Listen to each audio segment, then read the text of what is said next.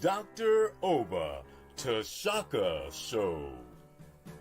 Free your mind, and the rest will follow. A show for all who are on the journey to discover the truths about their identity, history, culture, politics, spirituality, and family relationships.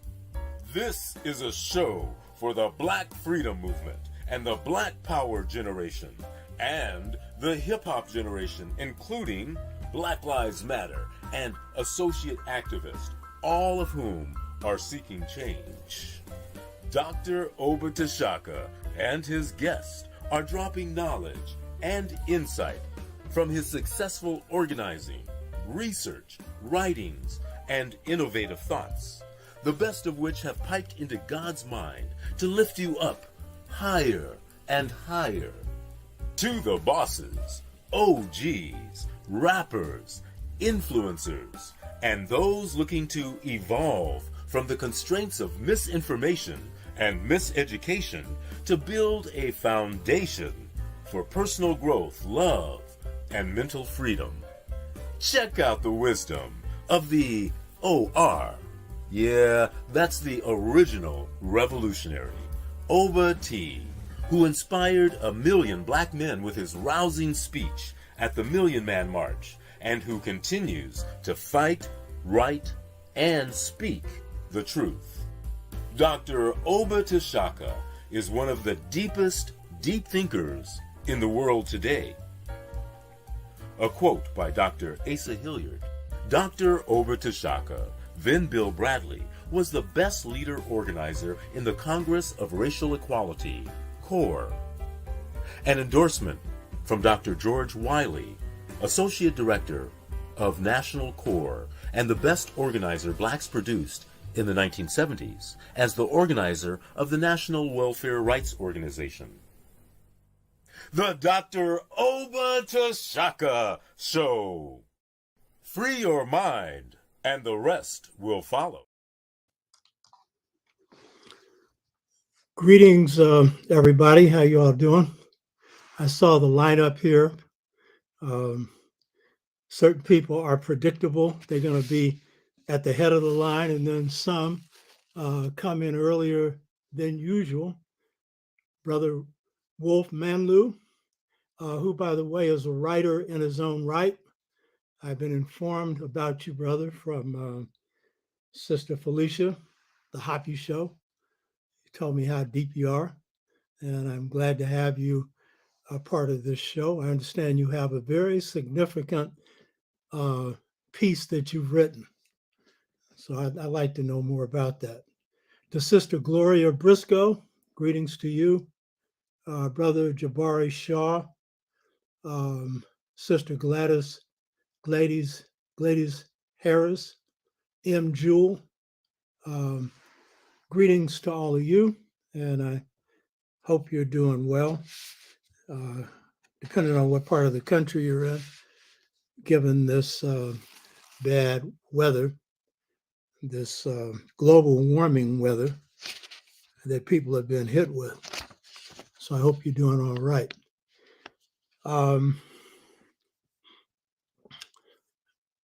Today is going to be a topic that I haven't discussed before. I see Mr. K here, and he's referring to a book, Seeing Red, Federal Campaigns Against Black Militancy, 1919 to 1925, by Theodore Korn Wiebel.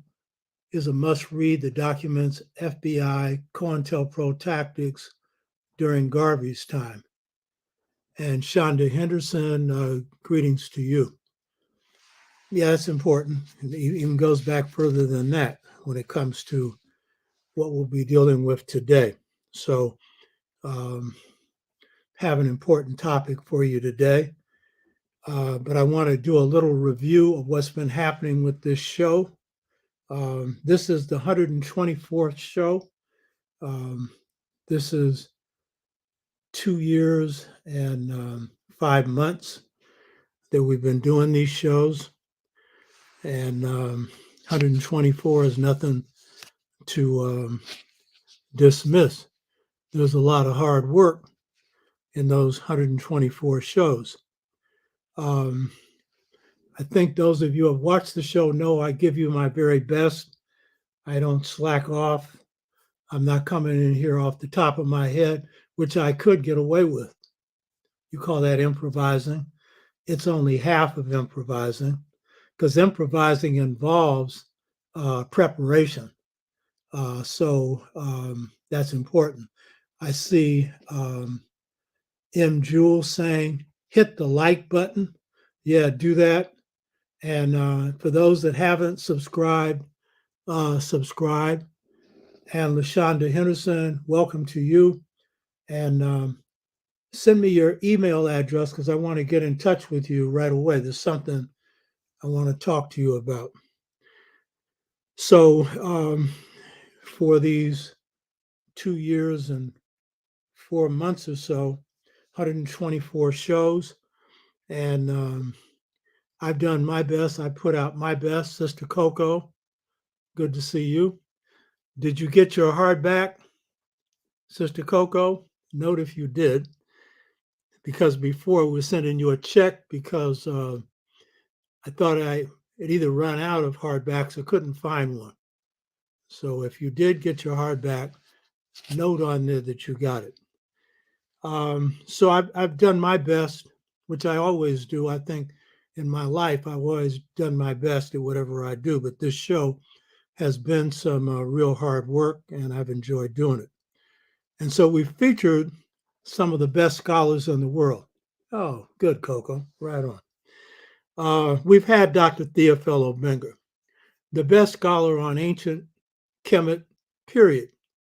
When I say ancient, dynastic Kemet, because his specialty is not before the dynasties. But when it comes to the dynasties, he's the best, and he's a multidimensional scholar. He speaks 10 languages, has written 17 books. He's finishing his 18th. It's over 1,000 pages long now on the pharaohs. And he has multiple skills. And he's a good friend of mine. I hired him at State, and we had him out there for 11 years. So you got him, and we'll have him on again. And if you go to the show, you'll see this in-depth conversation we had, because it was not an interview, it was a conversation that goes for about 3 hours. Check it out. And it was live so people could ask questions. And then we've had Dr. Babazak Kondo, the foremost scholar on the assassination of Malcolm X in the world, bar none.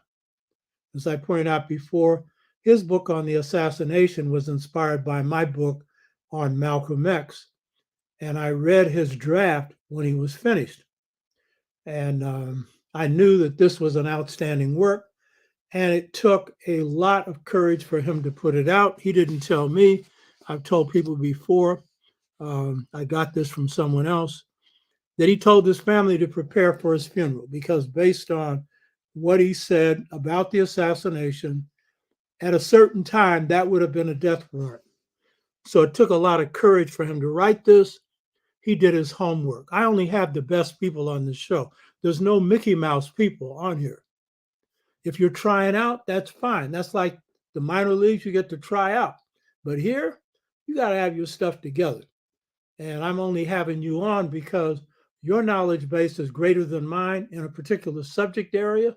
And I think people need to be treated to your information. And we've had more than one time Brother Menu Ampin, Professor Menu Ampin on. And he's got a number of different areas of excellence. One of them is on Martin Luther King. And he is the foremost authority on Martin Luther King because all others have left out one central fact about King, that he is a revolutionary. The ones that have written on him, like Taylor Branch, who received a major award for his work. And Manu told me that Taylor Branch lived a block from Martin Luther King. And during the time of King's movement, he never had a thing to say to him. And after he's assassinated, he gets the contract to write a book on him. And basically, what he did was give you a lot of stuff you already knew. It was big and thick, but it was nothing new. But the main thing is, if you leave out the fact that King was a revolutionary, then everything else is meaningless because it means the essence of him is missed. So he gets reduced to, I have a dream. When even he said, as Malcolm said at the time, his dream had turned into a nightmare, but he was well beyond dreaming after 65. And so you've had the privilege of having Brother Professor Manu Ampin on, going in depth into that. You should go to the show that covers it. And don't ask me again, who assassinated Malcolm? Go listen to the show. Get your lazy butt up there and watch the whole thing. I know people say, I got attention deficit disorder. I'm suffering from internet disease. Oh, really? I'll bet you anything you're interested in, you don't have no attention deficit disorder. You know what I mean? So one of the things I've done with this show is I've gone whatever length it took to cover a subject. And some people say, why do you do that? Miles Davis asked Coltrane, why did he take so long to play? He said, that's how long it takes for me to express myself. You know what Miles said? Oh, because Miles was a brief player, staccato riffs. In one little riff, you just heard Beauty from Heaven, but that wasn't Miles. So whatever it takes, I'm going to deliver it. And the good shows on the internet, YouTube, Hoppy, for example, they usually stretch a couple hours, and others even go longer. But I'm going to do what I do. I'm not going for the ignorant, the distract net, the I don't remember net. But let somebody get up here and gossip and talk some stuff. They could go on forever. People don't lose no attention on that. And I know a lot of you here don't lose your attention span either. So what I've done in terms of my own presentations is I presented new schools. And in this particular case, new school on ancient African history. It's new. And it's new because the Twa are at its foundation. And so some of the best shows that I've done have focused on the Twa. And it's a 5 or 6 part series. And you should watch them and go back and start from the beginning. This is well documented. And you leave them out, then it's like having a building with no foundation. And I'm not the only scholar that deals with the Twa. In fact, I draw from some of the good work that some of our scholars have done. But what's different about me is I'm building it into the historical narrative and explaining why they are not only the world's first people, but give birth to the largest civilization in the history of the world and the world's first civilization. And then, as you've seen in the series on Kemet, instead of doing what the scholars already do, which I don't knock them for doing it, they do it. A number of them do it well. Dr. Obinga especially on dynastic Kemet. I'm not going to repeat that. I mean, why would I mean, if I've got some tires on my car, why am I going to put some new ones on when they are sufficient or as good as new? And when you're dealing with somebody like Obinga, why am I going to go repeat what he's done? He's done it. I'll use this stuff and quote him. You hear me? And I might have my own insights like everybody else, but he's the master on that. So this is innovative history. Another thing you'll see with me, those of you who watch the show, I'm applying the past to the present. And it kind of disturbs me that a lot of Afrocentric people aren't out in the community applying this to change the conditions today. That's what history is for. It's not just a clock. And by the way, it is not just a clock in terms of a watch. It's a clock in terms of destiny, because destiny time is different from clock time. there's a time where things are going to happen. Things kick off in history. That ain't got too much to do with the exact time on your watch. It's got to do with destiny. And that's part of what history is. But history is like a knife. It cuts into things. It'll cut into your mind to get you to really see things that you haven't seen before. But it is a weapon that you can use in your own liberation. So my motto is make the past serve the present. And so coming out, I'm an organic scholar coming out of battles in the Black liberation movement, successful battles. Therefore, coming out of those, it was always a question of how did I apply this? And it is to this day for the liberation of our people, for the freedom of our minds, especially mine and anyone else. This show has also covered current issues, including the causes behind the breakdown of Black communities today. It's not the same as the 60s, the post-68 thing. The issue of trauma that arises out of what's hit our people in our communities. There's trauma coming out of enslavement. But there's a new kind of trauma in the post-68 period that's devastating, leading children to commit suicide. That didn't happen during slavery. You hear me? And that was the midnight hour.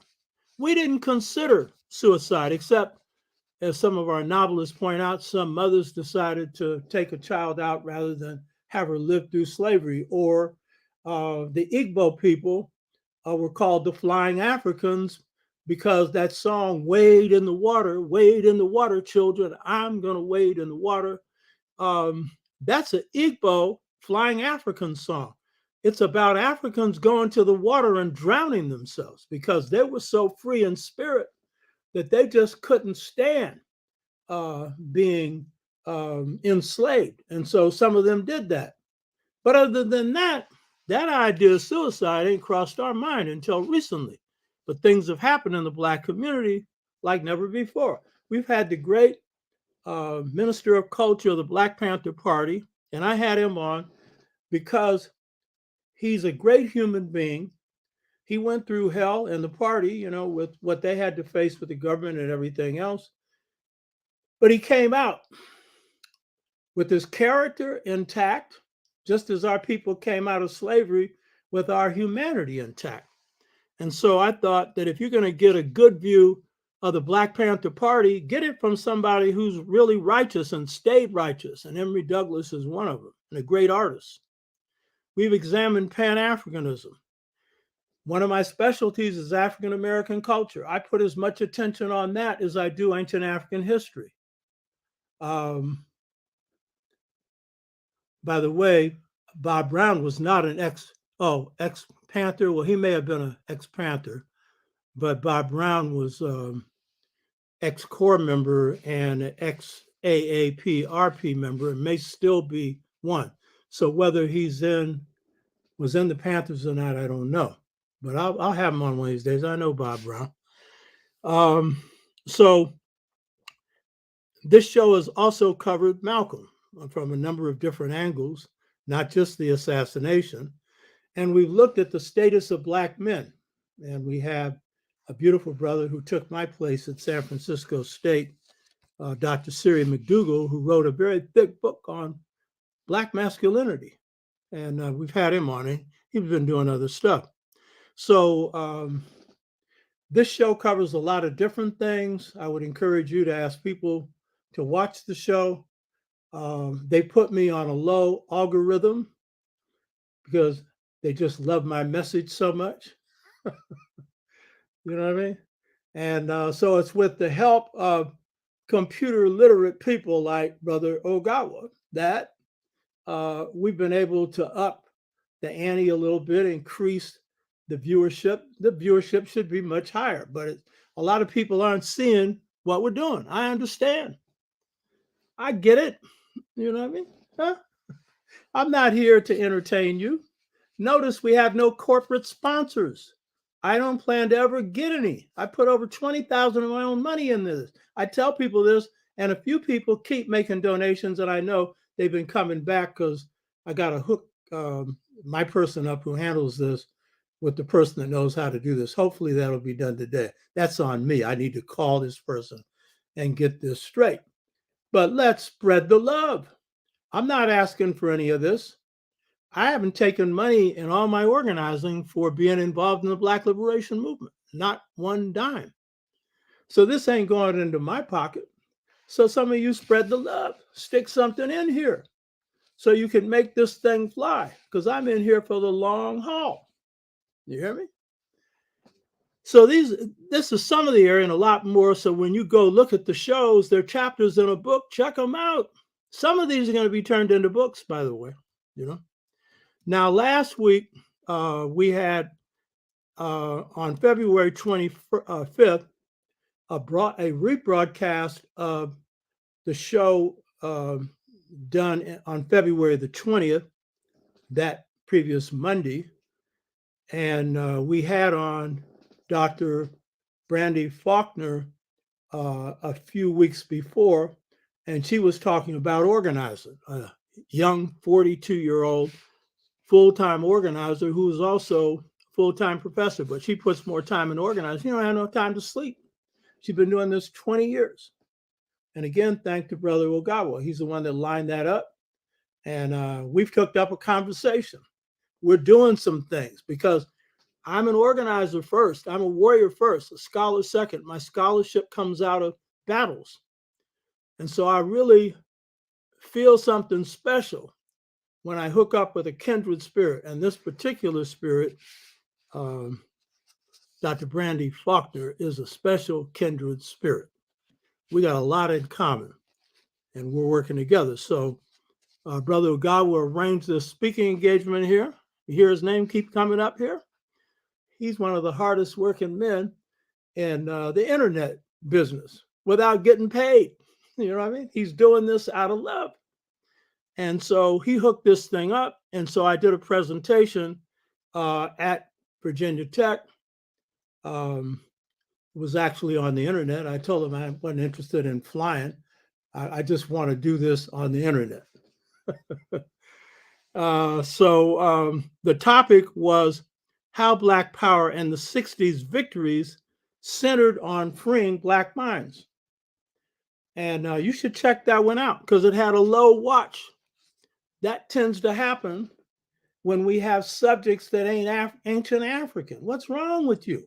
You're into Afrocentrism, but you're not into what Blacks are doing to free yourself right now? Come on. You hear me? Huh? So check that one out. And it centers on what's the basis for our power. And over time, because it's changed, we've increased our power load over time. It's got to do with historical events going on in the world. So that's some of the past. Today's show is entitled, quote, The Art of Mastering COINTELPRO, the Counterintelligence Program. Now, note, that's different from how this subject is usually handled. It's usually the woe is me discussion of how they did us in. Well, I'm going to talk about how it worked, and it also has to do with how some of us got done in. But I'm speaking, first of all, from personal experience. And I've experienced COINTELPRO and low-intensity operations, of which most of you know nothing about. You usually don't know what they're doing to you right now. You know what they've done to you. And that's how you get done in. And I'm not covering that today. And I should point out that the books that are key references for this is my book, The Art of Leadership, Volume 2. This book right now is out of print. You might find a few of them in the used bookstore thing. I have about 4 of these left. I can't give those away. I always keep a few of these. And up on the top, that light-skinned brother there, that was the chair of San Francisco NAACP, Dr. Nathaniel Burbridge. And then on his other side, Toussaint, Fannie Lou Hamer, Kwame Nkrumah, and the former president of South Africa, Mandela. But this one up there on the light complexion brother there, he had 2 PhDs, one in pharmacology, one in medicine. He chaired the San Francisco branch of the NAACP. You also, a lot of y'all dismiss a group because of its name. It was one of the 4 militant NAACP chapters in the United States. He was my sidekick. He helped us build the only successful Black freedom, Black power movement in the North. I happened to be the maximum leader of it, but he played a major role in that. So my discussion today, volume 2 of The Art of Leadership, covers this in more depth than I'll cover it today. All my books are in more depth than anything I cover on this show. And these books took me 10 years to write. The Art of Leadership, Volume 1, which I still have. People can purchase this. Sister Coco just got hers. And I wrote these for young people who didn't have the benefit of being trained under master organizers, or if they didn't have a systematic approach to the different dimensions of leadership and organizing. And that's why I wrote these two.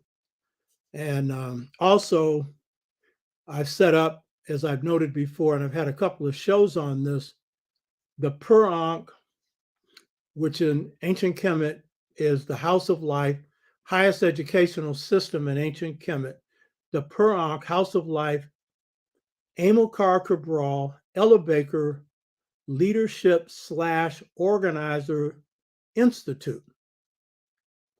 So this is a leadership organizing training institute, training people in different dimensions of leadership and organizing. And we're taking a transformational system that myself and Bunulele Wabogo discovered, the 6-fold stages to mental freedom, which people have signed up for. And once we have 40, I think we're getting close to it, we'll have a 1-year webinar on the mind transformation system that's organic, that those of us who did the best in the movement went through. Those leaders that didn't complete this, they're in trouble. They were in trouble because they had problems in their identity, for sure.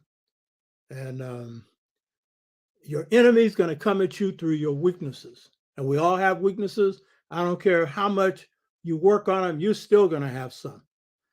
But if you got prominent weaknesses, some of which arise out of slavery, some of which arise out of conditions that we've faced since then, and you haven't worked on them, they're going to run through you like a Mack truck. You hear me? And good luck. So Gregory Jones said I attempted to purchase a bundle pack. I hope it's not on my books, because you should buy my books through this site that's listed here, and buy them from me. And don't be going to all of these white sites and enriching them. I published these books. I paid for the editorship of the books. I paid for the printing of the books and the distribution of the books. And so don't be buying from Amazon, which rips people off to begin with.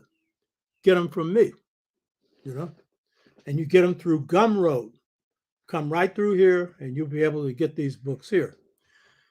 So the Per Ankh, Amilcar Cabral, Ella Baker Leadership / Organizer Institute, and you see the brother behind me with the sunglasses on, that's Amilcar Cabral, the greatest leader, thinker, organizer, strategist of the 20th century.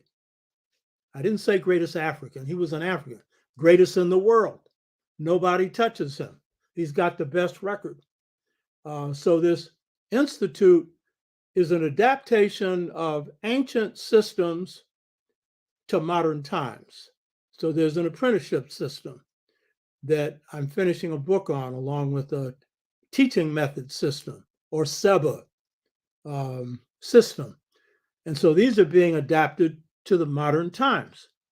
And so Amilcar Cabral is like an adaptation of taking the best in leadership and organizing, along with Ella Baker, who is one of the two best organizers we produced in the 60s, the other being Malcolm X, El Hajj Malik El Shabazz. And so this is a adaptation of these systems to modern times. And I've been doing training through this for a long time. And one of the reasons for having this show is it provides an ideal place for this. What I'm doing today isn't the kind of training that I would be doing with seasoned organizers. Some of y'all are watching this and you're not going to use it. That's fine. I mean, I know everybody ain't an organizer. But when I get down with people who are into a fight, then there's a different kind of training you get. It's kind of like martial arts. You can talk about martial arts all you want, but you got to get in there and slug it out and learn how to do it. And that's the way it is with this. So what I'm covering today is an aspect of that, and it's one that you really need to know and master. Otherwise, you're going to be mastered by somebody else. Mr. K has up here the book Dirty Work 2, the CIA in Africa, was definitely eye-opening of covert operations, activity attacks by the enemy. Yeah. U.S. shouldn't be in Africa militarily. It's too bad that any African countries have allowed them in there. Same with China. They shouldn't be in there either. So what I want to do today is give some overviews on COINTELPRO counterintelligence program with an emphasis after describing it on how you overcome it. Because some of us have overcame it, and it wasn't by accident, you know. Maybe once you might get ahead of something and get away with something, but if you keep doing it, there's a reason for it.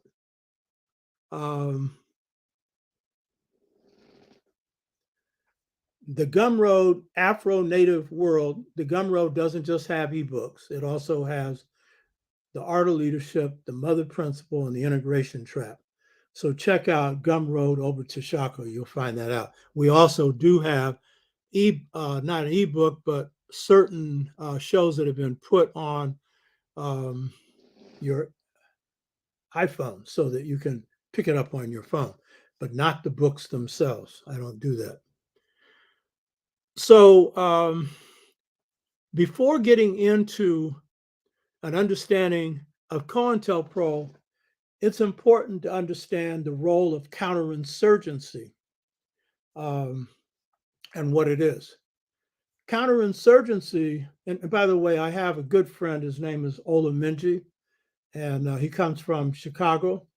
He was co-convener of the Black United Front chapter, and that's in Chicago. And he's one of the best read people I know.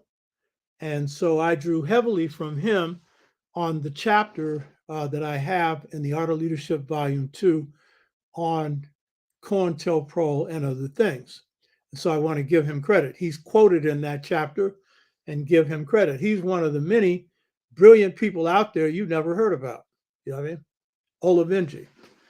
And he's done hardcore street organizing in Chicago and the projects and other things. So counterinsurgency is the general campaign that oppressors are going to wage to carry out oppression to dominate a people. And it's counterinsurgency, meaning it's going against whatever the insurgent movements are. And so it's going to be down and dirty. It can also be very subtle, depending upon how well organized your enemy is. So counterinsurgency has existed in this country since its founding.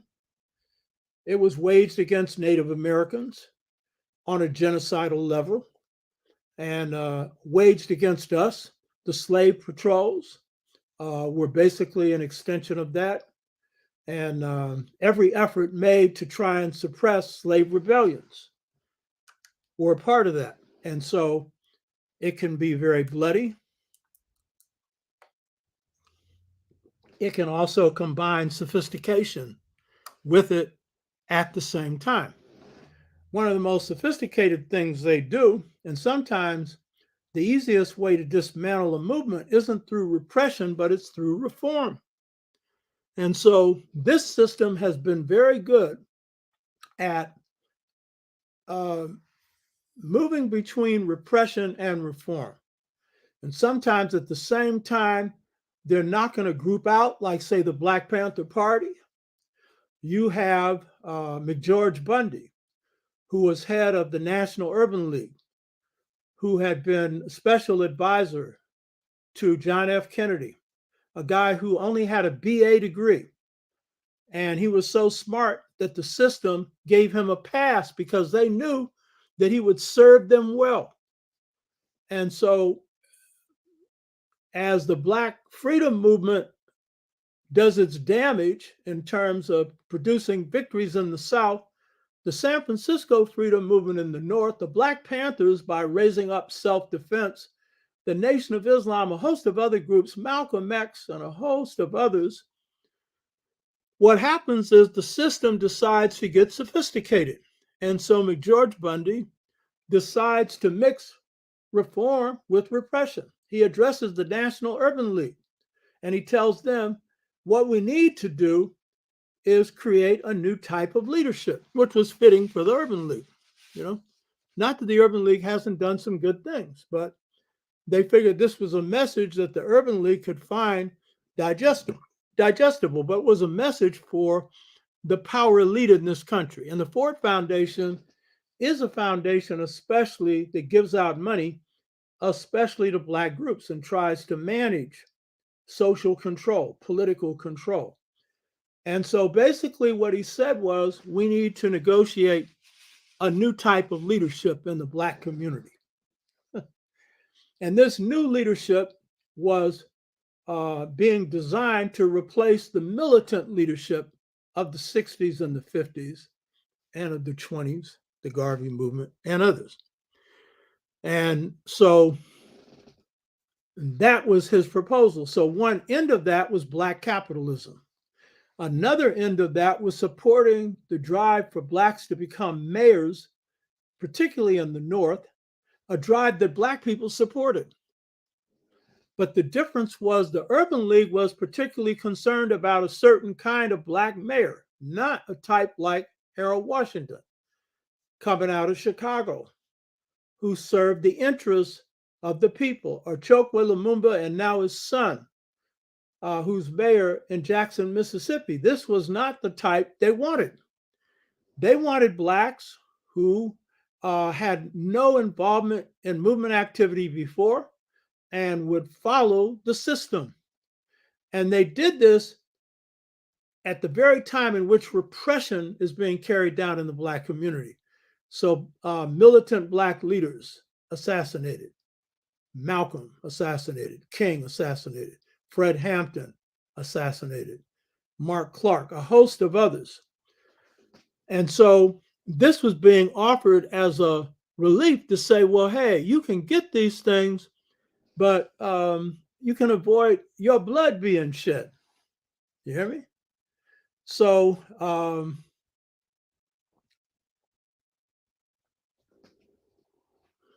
yes, courage to change. It is through YouTube that you get it. Yeah, you got it. So this was being offered at a time in which Blacks were getting hit heavy by repression. Black communities getting torn up and everything else. So reform can be a harder thing to handle when it's coming from the system. Certain reforms are necessary in struggle, and when they're produced by a movement, they're necessary. The right to vote was necessary. The ending of segregation was necessary, and a host of other things. But when it comes dished out by the system, it usually comes with some conditions attached. And those conditions are, we're going to cover you with nothing but oatmeal leaders. And that's all you're going to see. And so there was a period of time where a lot of Blacks had some hope in their mayors. But most of these mayors didn't produce. because they had no history of producing before. A few did, but most didn't. So that is a part of counterinsurgency. Now, my perspective is different from the way most people cover this particular subject, because most of them, it's just on how they tore us apart. And I'm going to talk about how that worked and why it happened. But my perspective is on how to beat them. Because I've never lost a battle in anything. I know the next one is the one I can lose, so I don't have any belief that I'm invulnerable. So I don't take any enemy for granted. I assume each one I face is one that could take me out. I start on that assumption, then I do everything to prevent that from happening. So I get real humble when it comes to a fight, talking about a political fight. So why do I take this starting from my own perspective? Because I've experienced this. And I've experienced most of the COINTELPRO moves that they make on people, not all of them, but most of them. I faced assassination, 3 of them. This finger is like it is because 18 people tried to take me out, 18, 1966. So I faced 3 assassination attempts, one of which was a low intensity operation, which is sophisticated. And you don't usually survive those because most groups don't know what it is. I had trained myself in this. And this was in the mid 70s. And because I was organizing internationally, I knew what it was. And when they ran it on me, I had to, on the one hand, I saw it. I had to have my security section immediately check the person out that I spotted. And then once they spotted that person, then we could handle it. But had I not spotted it right away, there'd be a gravestone over my head and everybody in the organization, because that move was to take my whole organization out and kill everybody. And that was the most sophisticated stuff they did. And when I also saw the play, I said, oh, they're up in the ante.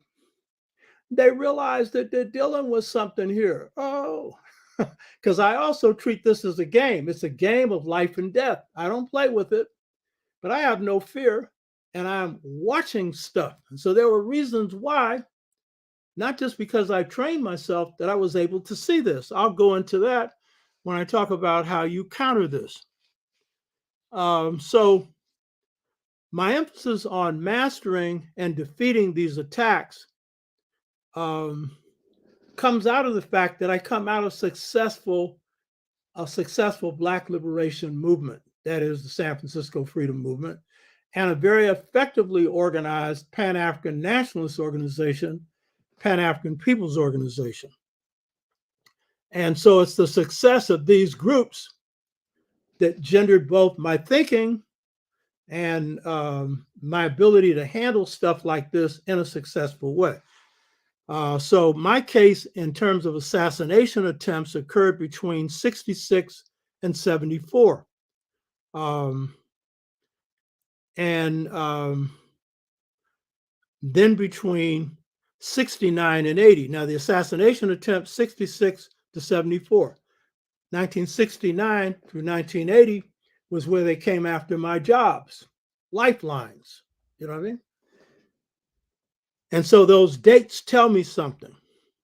The attacks that occur in 68, in 66 and 74. 66 is right after we succeed in the San Francisco Freedom Movement, defeating an entire economic power structure. So they're going to be coming after you. I expected that. And at the time in which I'm organizing the next phase of my own organizing work, Pan-African People's Organization, that still stands, a Pan-African nationalist organization that into institution building. And so the time period tells me why they're coming after me. I haven't pulled my FBI files yet, but the FBI has sent me one of their files on me when they were taking a job away from me in Marin, a teaching job. And we'll go into one of the aims of COINTELPRO, which that's directed at. So I know that the attempt at 66 and 74, those were aimed at work I was doing. 74, that was the work I was doing in Africa. Ujamaa villages for 3 months. We sent a team of people, myself included, and my first wife, working in the Ujamaa villages. These are villages in Tanzania designed to go back to the way of sharing of traditional Africa. And in 74, that was in 73 and 74, I chaired the 6th Pan-African Congress Political Committee for North America, the most important committee in the Pan-African Congress of 1974. That's the largest meeting of Africans held under the banner of Pan-Africanism, with thousands of Africans coming from all over Africa. There's a brother named Paulu that organized this. And it was CLR James who had the idea for this and then was excluded from the delegation of Trinidad because he was considered to be too radical for, Trinidad.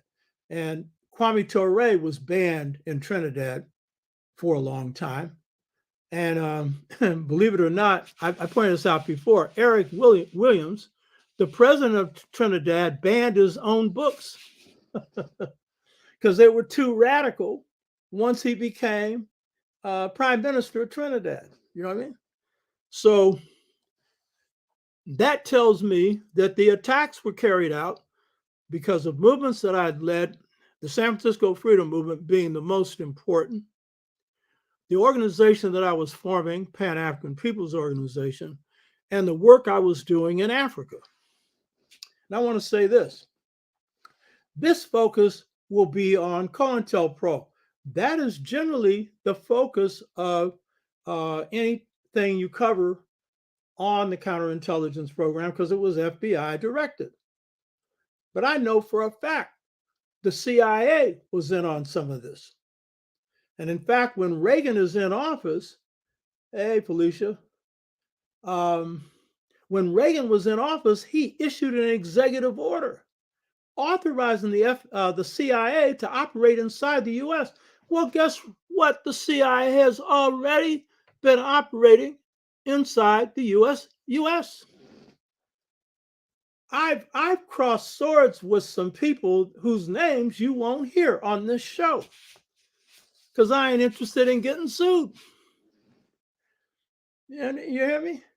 So there's a lot that I'm going to talk about in generalities. You're not going to know what it means in specifics, but it means we beat them, we whipped them. But in this particular case, they came after me also. It was the CIA. It wasn't just the FBI. And by the way, when we talk about King's assassination, we often refer to it as COINTELPRO. Leading up to it, it was COINTELPRO.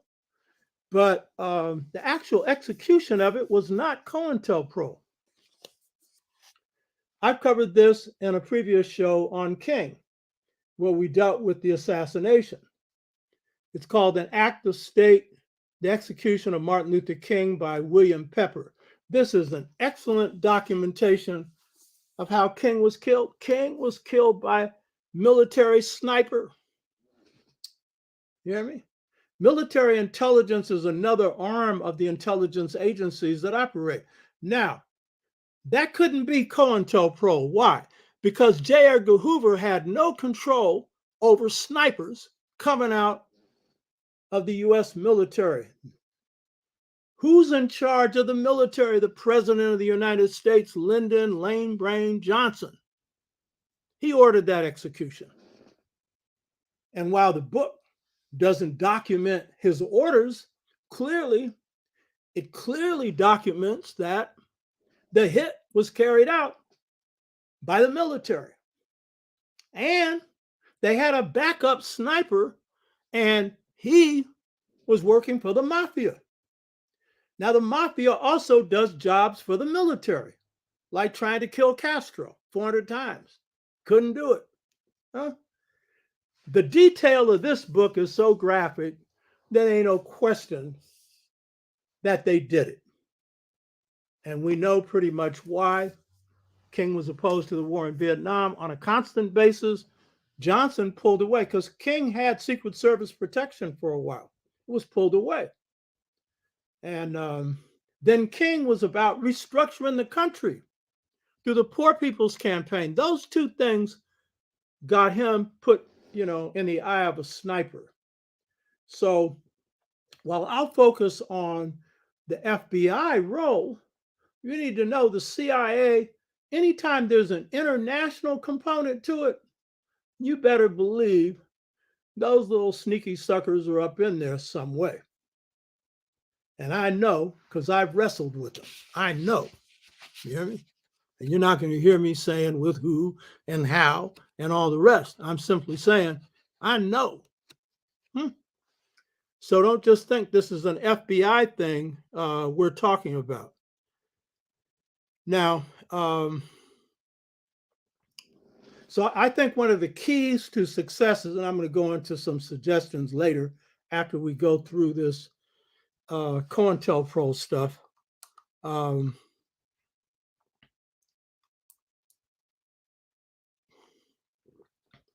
My keys to success, being able to ward off ending my life and ending my income, it has been due to a number of things. The fact that I led successful movements. One of the most important things in facing this kind of stuff is strategy, and it's how you position yourself. And if you position yourself in a movement that does nothing but kick the behinds of the system, you're going to be in a much better position to handle any attacks that come subsequently. Why? Because if you could defeat the power elite, you're in a much better position to defeat their flunkies. That is the intelligence agencies.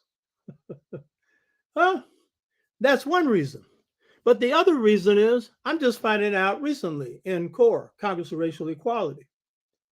I was a main strategist, lead organizer, but we had a bunch of organizers, real smart. But I was a sole strategist. Most groups don't have a strategist. If you don't, you're finished. If you don't have a strategist, you are in a world of trouble. It's like jumping in the water and not knowing how to swim. You hear me?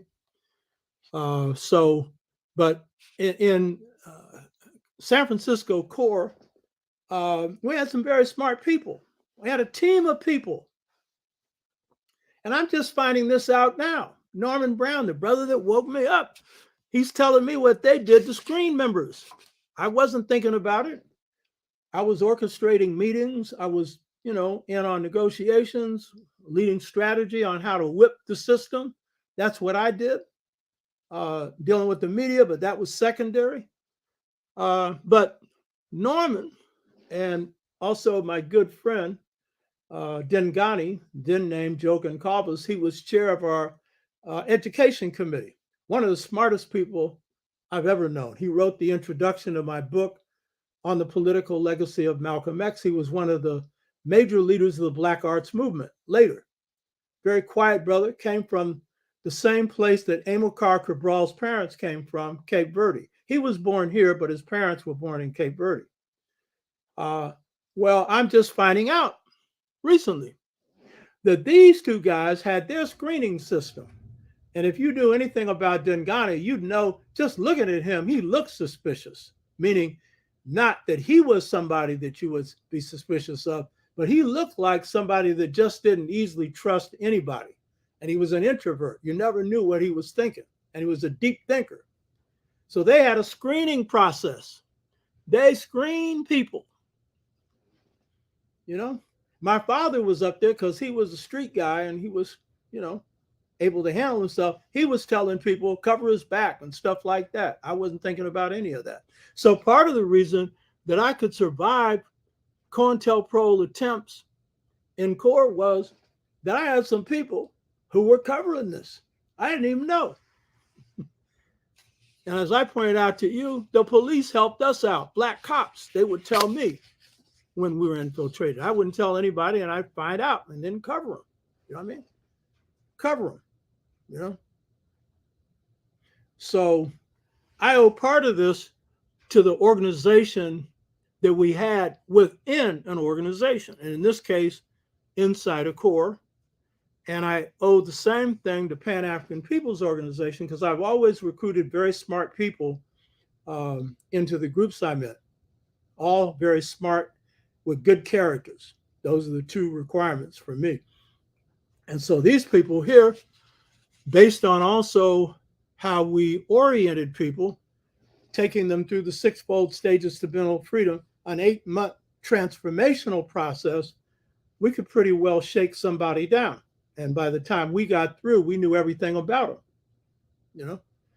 So, and I'm not saying we didn't get penetrated. We may well have, but we had the kind of discipline and smarts within our group that you weren't going to be able to come in and play somebody off against somebody else.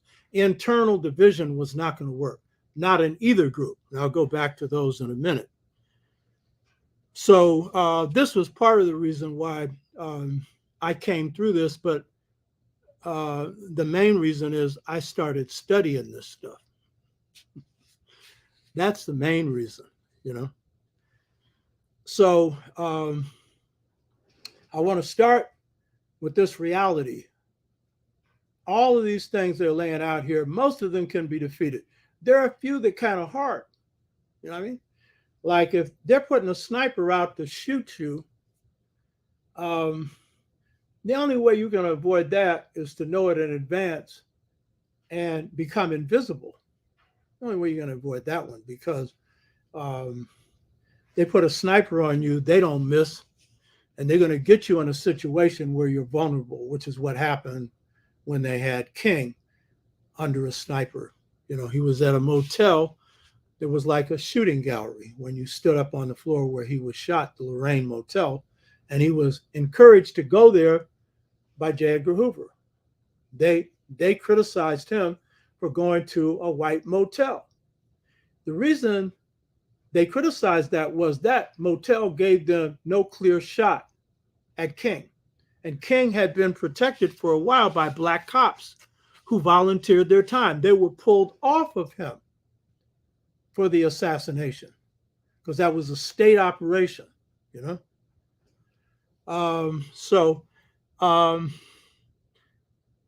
What were, therefore, when we're going into COINTELPRO, the question is, when did it start? What were its methods? Who did it target? And what were its aims and objectives? These are all questions here. 1, when did it start? Don't buy into, you'll see in a minute, don't buy into when they said it ended. Who did it target and who does it target, because it's still being carried out? What are its aims and objectives? So first of all, COINTELPRO starts in 56 and technically goes through 71, so they say. But the key point is 56 is the starting point. Now, someone pointed out earlier, before you had an FBI, you had the IBI, Internal Bureau of Investigation, led by J. Edgar Hoover, and that orchestrated the move against Marcus Garvey. And Hoover was pressuring the district attorney of New York on the best way to get Garvey legally. And so you had that going on. So that what that also means is when we're going up against the FBI in the 50s and 60s, we're going up against somebody who has years of experience. And of course, he has at his disposal an army of FBI agents and his ability to work with other intelligence agencies. So you're going up against someone who's seasoned, and very often this is new to us. And a lot of times, a lot of movements, when they're facing COINTELPRO, they didn't even have a name for it because it had not been identified. But what you could see was certain moves that were being made against you. And that should have served as a warning. So 56 to 71. Now they claim after 71, it stopped. Oh, if you believe in that, you believe in Santa Claus. James Limba, his uncle was in Corps, Charlie Cook, right on. What chapter did he come out of, or where did he organize? And there's a comment here by Kenneth Sutton. COINTELPRO was first used on the Puerto Rico sovereign movement. I don't know if it was first used, but it was definitely used. They were a target for sure.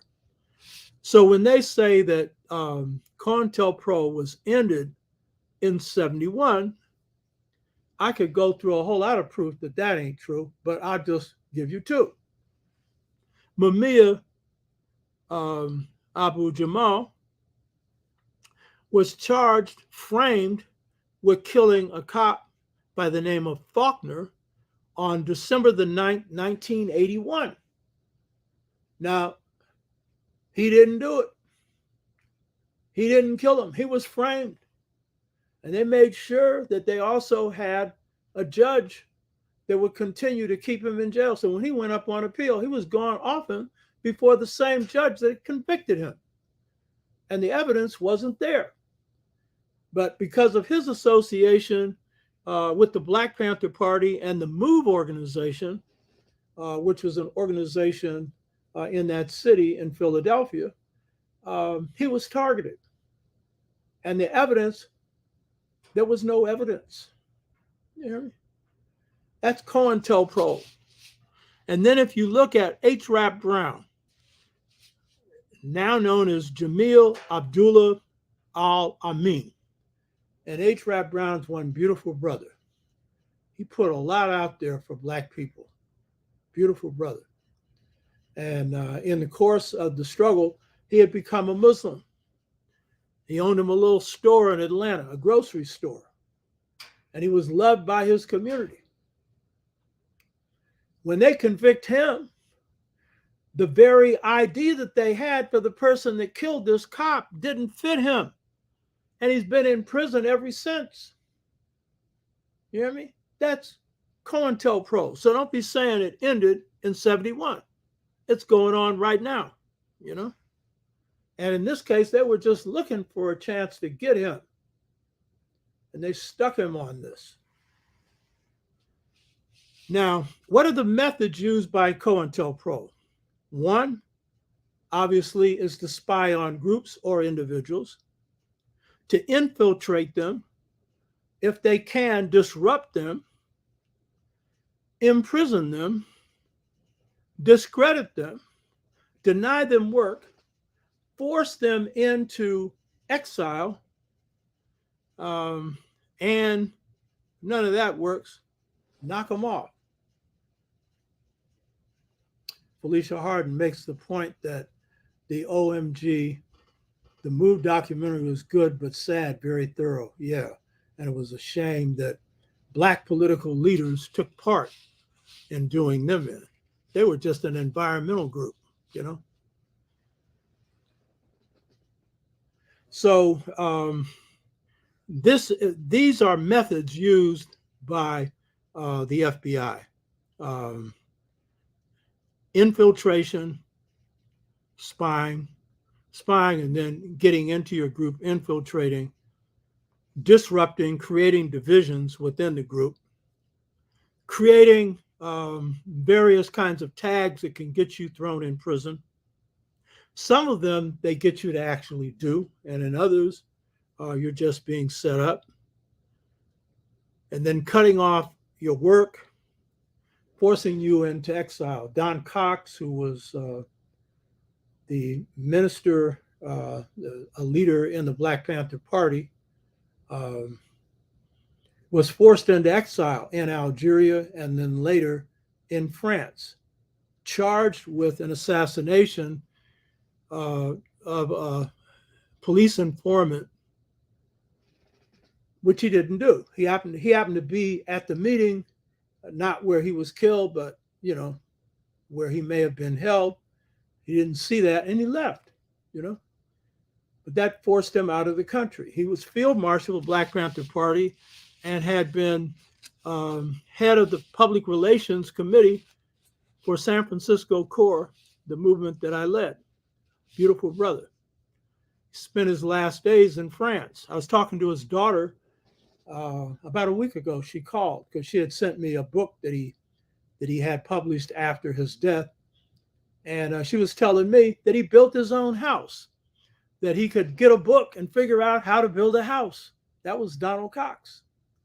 And had been a UCLA student.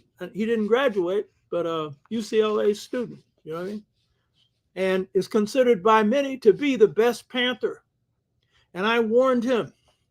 We were meeting because I let him use my headquarters to train recruits in the Black Panther Party. And I warned him. I said, Donald, watch out.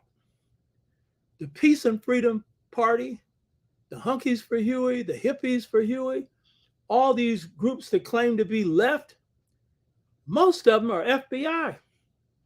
Be careful, man. You hear me? I was trying to warn them. You know what I mean? Doesn't mean they all were, but a lot of them were. Now, so these were the methods used. And so who did they target? Black Freedom and Black Power movement organizations, SNCC, Student Nonviolent Coordinating Committee, Congress for Racial Equality, Southern Christian Leadership Congress, NAACP, believe it or not, because you had some militant branches of the NAACP, Robert Williams in Mississippi, for one. Black nationalist groups. Now, some of the groups that they labeled as Black nationalists were not Black nationalists. Puerto Rican group called the Young Lords. The American Indian movement that was inspired by the Black Panther Party, the Ku Klux Klan. Now, let's get straight here. Yeah, they infiltrated the Klan. And when the Klan was out doing something to Black people, they're right there doing nothing to stop it. You hear me? National Rights Party, New Left organizations. These are white students that were targeted. Weather Underground, which became the underground organization that contributed along with the Black Liberation Army for the Black Panther Party that freed Assata Shakur from maximum security confinement. Students for a Democratic Society, out of which the Weather Underground sprung. The Black Panther Party, and of course, the Nation of Islam for a period, the FBI for a period of time put most of their resources into targeting just the Black Panther Party. So they got a heavy hit. And then the Nation of Islam, they were targeted. Malcolm was targeted. Of course, King was targeted. Environmental activists. Puerto Rican independence movement that was just noted here. Revolutionary Action Movement. You can believe it, Black Lives Matter.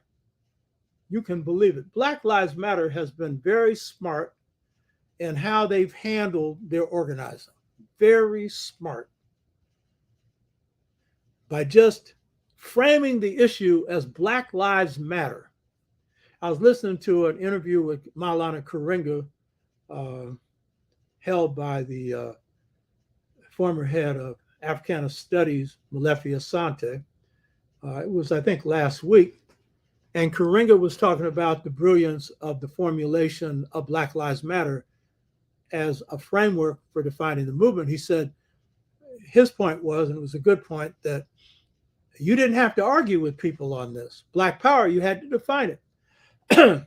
So yeah, that was one reason why it was brilliant.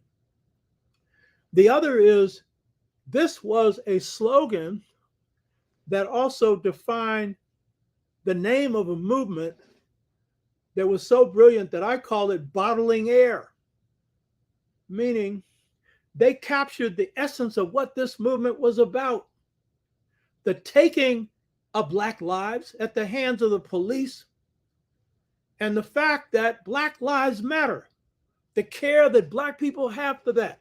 So that put anybody who wanted to attack this movement, and they were smart, they proclaimed themselves to be nonviolent, and then they're heavily led by women.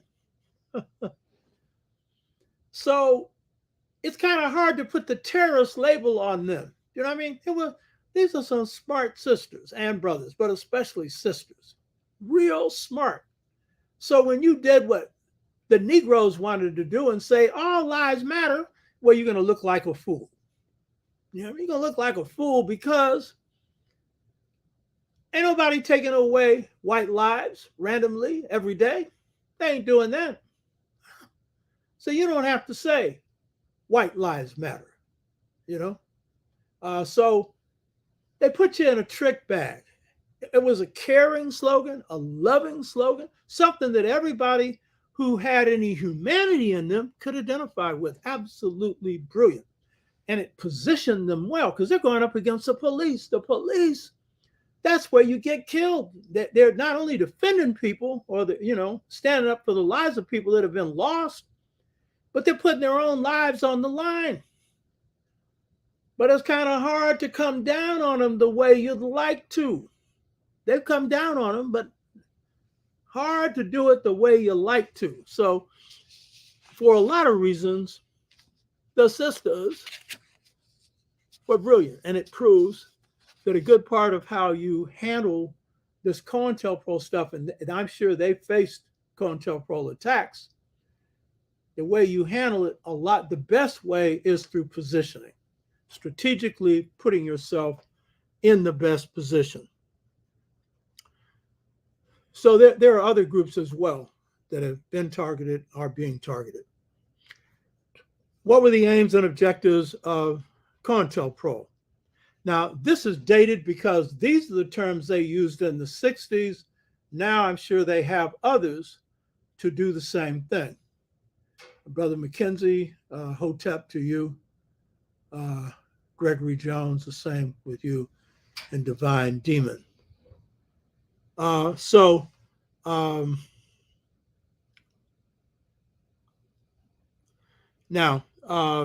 what were the aims and objectives?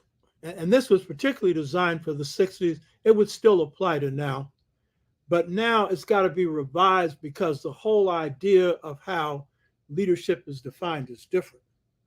But for that period, central aim and objective was to prevent the coalition of militant Black nationalist organizations that might lead to a Mau Mau. Remember, Mau Mau is a term that the British created.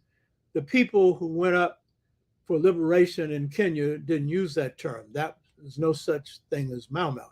But the point is they wanted to create a scare term. So one is to prevent the coalition of militant Black nationalist groups. What does that mean? That means breaking up any effort for unity.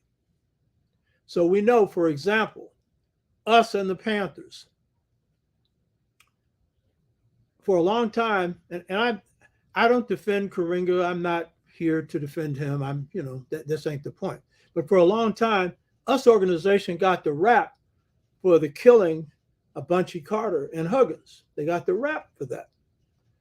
And it was a member of us organization that did the shooting. But if you read Scott Brown's book on us organization, and I read it in draft form, Scott Brown sends me every now and then Facebook posts, and it was just one recently where he had a picture of him with a leading rapper, and he's an authority on African American popular culture, especially the music. But he came to San Francisco State when he was finishing his PhD dissertation on us organization, And he went out and interviewed people in us organizations, something Karenga didn't like. And he reconstructed us and some of the things that went on. And one of the things that he pointed out was that Geronimo Pratt, as a leader in the Black Panther Party and a former gang member of the Crips, no longer in a gang, was mediating the dispute between us and the Black Panther Party in Los Angeles. And he was their best and only hope for that thing not going sour, the conflict between those two groups, because that's what the FBI did, is they pitted groups against each other. Now, I'm going to just say this is a solution. If you didn't have the conflict, they couldn't have played you in the first place. And this has been a key reason that I've been able to avoid that, is that any group I'm in, we have excellent relationships with all groups. Egos are taken out of the picture. We'll even make compromises with you sometime where you get away with some stuff just so that there won't be any hard feelings. Well, we don't have to do it. You hear me? San Francisco Freedom Movement, one of the reasons why they could not knock us off is we had excellent relationships with all groups.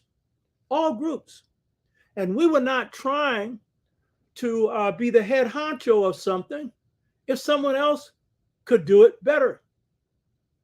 So we buried our egos, and so a result, you couldn't pit any group against us or any other groups there, the same way. You couldn't do that.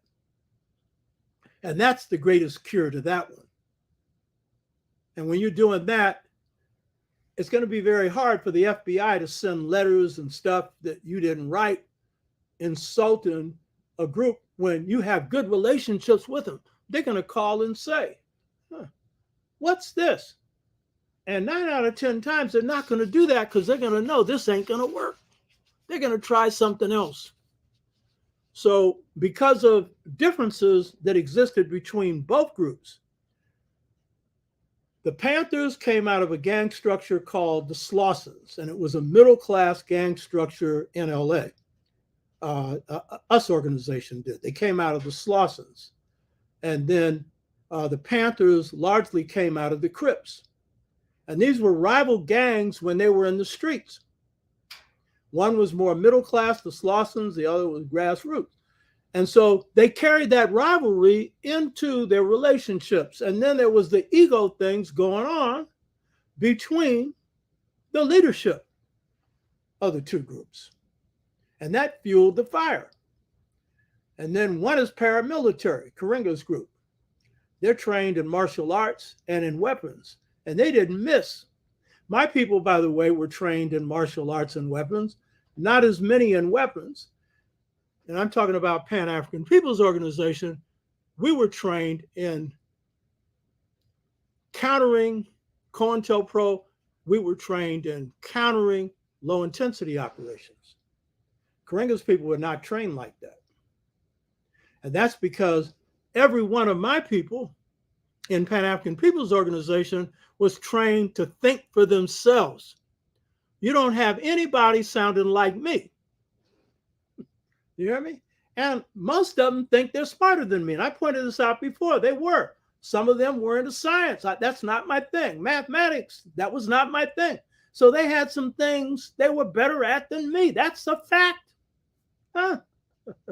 That's why I recruited them. And they gave me plenty of headaches because they're going to express their opinions on everything. That's what you want. Same thing in a relationship. If you're a man, you want a strong woman who's going to give you their views. You're a woman, you want a strong man. You understand? That's going to help you keep your stuff straight. You might like it. You may not like it all the time. And sometimes you'll disagree. And sometimes your mate will be wrong. Sometimes your mate will be right. But you need to hear the contrary views. And so that's one of the reasons why we could survive this. You hear me? And our people, even though they had egos, we all have them, they were not egotistical. They were not egotistical, good people, and basically good characters. And that was the key to them. Good character. Didn't mess around with women, wasn't abusing women. They treated women right. You hear me? And they weren't greedy. They weren't into having to have something that they didn't need, like money. One of them was a millionaire himself and helped finance some other folks. You know what I mean? But so that was your real safeguard. So the key thing is, when it comes to pitting groups against groups, so this is a good example. So Bunchy is trying to mediate this thing.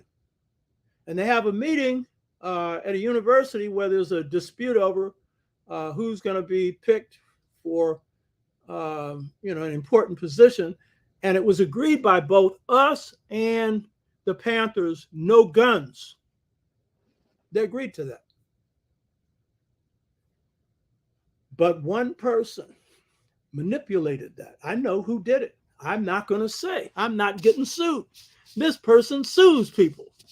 And guess what? You're not going into court with any evidence of CIA, FBI involvement and winning. So I'll just say, I know who did it. And if you want to know, call somebody in the Black Panther Party and they'll tell you. You hear me? And so that person manipulated a situation where a gun went off and then the shooting took place. And that was the cause behind that. And so the last person that us wanted killed, and I don't think they wanted anybody killed, or neither did the Panthers, was Bunchy Carter. He was the solution to the problem and a beautiful brother. You hear me? So that's how that one went down. You hear me? And I can't say any more because it'll give up who did it. I'm not interested in getting sued. I don't do like Garvey did, run his mouth on stuff, not thinking, going to court and having to pay fines. I ain't paying no fines. You're not coming into my pocketbook. You know what I mean? So this was one of the objectives, to prevent the coalition of militant Black nationalist groups by dividing them. To prevent, the second objective was to prevent the rise of a messiah that could unify and electrify the movement. And they listed at one point Stokely, later Kwame Ture, Elijah Muhammad, Martin Luther King. Now, today, young people have defined leadership differently. So they're defining it as group-centered leadership. It's going to be very hard to center a movement around a single person. Though there is a need for national organization that has some centralized leadership. The main need is for leadership that's spread out. And I predicted this 30 years ago. I was telling the groups I was working in, one of the organizers of the National Black United Front, telling them the charismatic leadership days is over. That's horse and buggy stuff. The problems the Black community faces are too complex for singular leaders to have answers for it. You're going to sit up and hear a speech and get an answer to how to rebuild Black communities? Nah, it's too complex. Black Lives Matter has done this group-centered leadership. That was the Ella Baker model that SNCC used. I'm not knocking King's model. It got results, voter rights, civil rights legislation. I'm not now knocking Malcolm. He got results. He got us to think, you know? But if you are resting your leadership now on this solely, you're wasting your time. First of all, let's say you find a leader that had all the answers and there's nobody out there that does. They're too complex. Guess what's going to happen to that leader? They're going to get knocked off. Or they're going to have to run and hide. You hear me? So this was a goal at that time. And that was the fear that J. Edgar Hoover had and others like it. Another objective was to prevent the violence by Black nationalist groups by pinpointing troublemakers and neutralizing them. So this is all loaded language. This is all designed to say whoever they designate as a problem is a troublemaker. So within this definition, King was a troublemaker. And we know what J. Edgar Hoover thought of King. Sent him a letter when he was getting ready to go to get the Nobel Prize, telling him to commit suicide. Now, why did they do that? Well, they had some stuff on him sleeping with a number of women. They were sending that to his wife. They were threatening to at that point. But they also knew that as a child, he had jumped out of a window in his house when his grandmother died. So they figured he was suicide prone. No, he wasn't. That was a kid who was in grief and whatnot, but they were trying to push a button.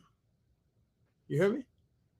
So, but King, who was talking always about peaceful struggle, even as a revolutionary advocate, he would be labeled as a troublemaker. And when they say needs to be neutralized, hey, that isn't even sophisticated. That means eliminated, neutralized, huh?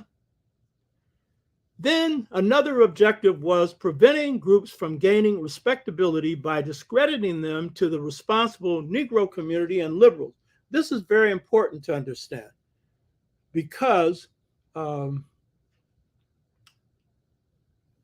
movement itself, the Black Freedom Movement, had gained a lot of respectability, had gained a lot of respect and support among large cross sections of Blacks, people of color, and whites.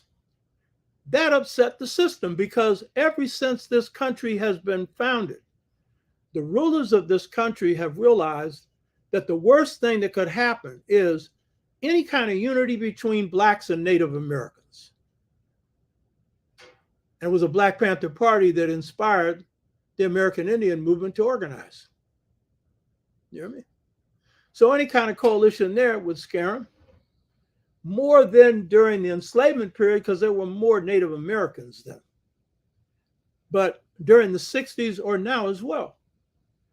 And then their biggest fear was the fear manifested through Bacon's Rebellion, where Blacks and whites united against the system. They're scared to death of that one. Because if that happens, the system comes tumbling down. So an aim of COINTELPRO was to discredit any of these groups that had any kind of motion in the ocean, was building any kind of support to prevent that kind of coalition from happening. A poor people's campaign like Martin Luther King's would scare him because King was bringing everybody in. He was bringing the gangs in. The Blackstone Rangers changed their name to Blackstone P Nation. That was a group that Fred Hampton had gone a long way towards unifying with, and that's why they killed him, you know, because he was bringing the gangs together along with the Black Panther Party. So this was a major aim of COINTELPRO. Any movement that succeeds in building those coalitions break the objective. San Francisco Freedom Movement. We unified ourselves with students, white students, radicalized them and gave birth to the free speech movement. FBI couldn't stop that. You hear me? And please believe me, that was something they didn't like. Because that's the strategic university in the United States that produces more Nobel laureates than all the Ivy League universities put together. You radicalize them, Blacks are radicalizing them, which then spreads around the country and then goes all the way to France. Uh-oh, that's something serious. You hear me? So when you're successful at that, the intelligence agencies can come up later and try and do anything they want to. You've already succeeded in that. And so that's a key way that you overturn those objectives on the ground through organizing.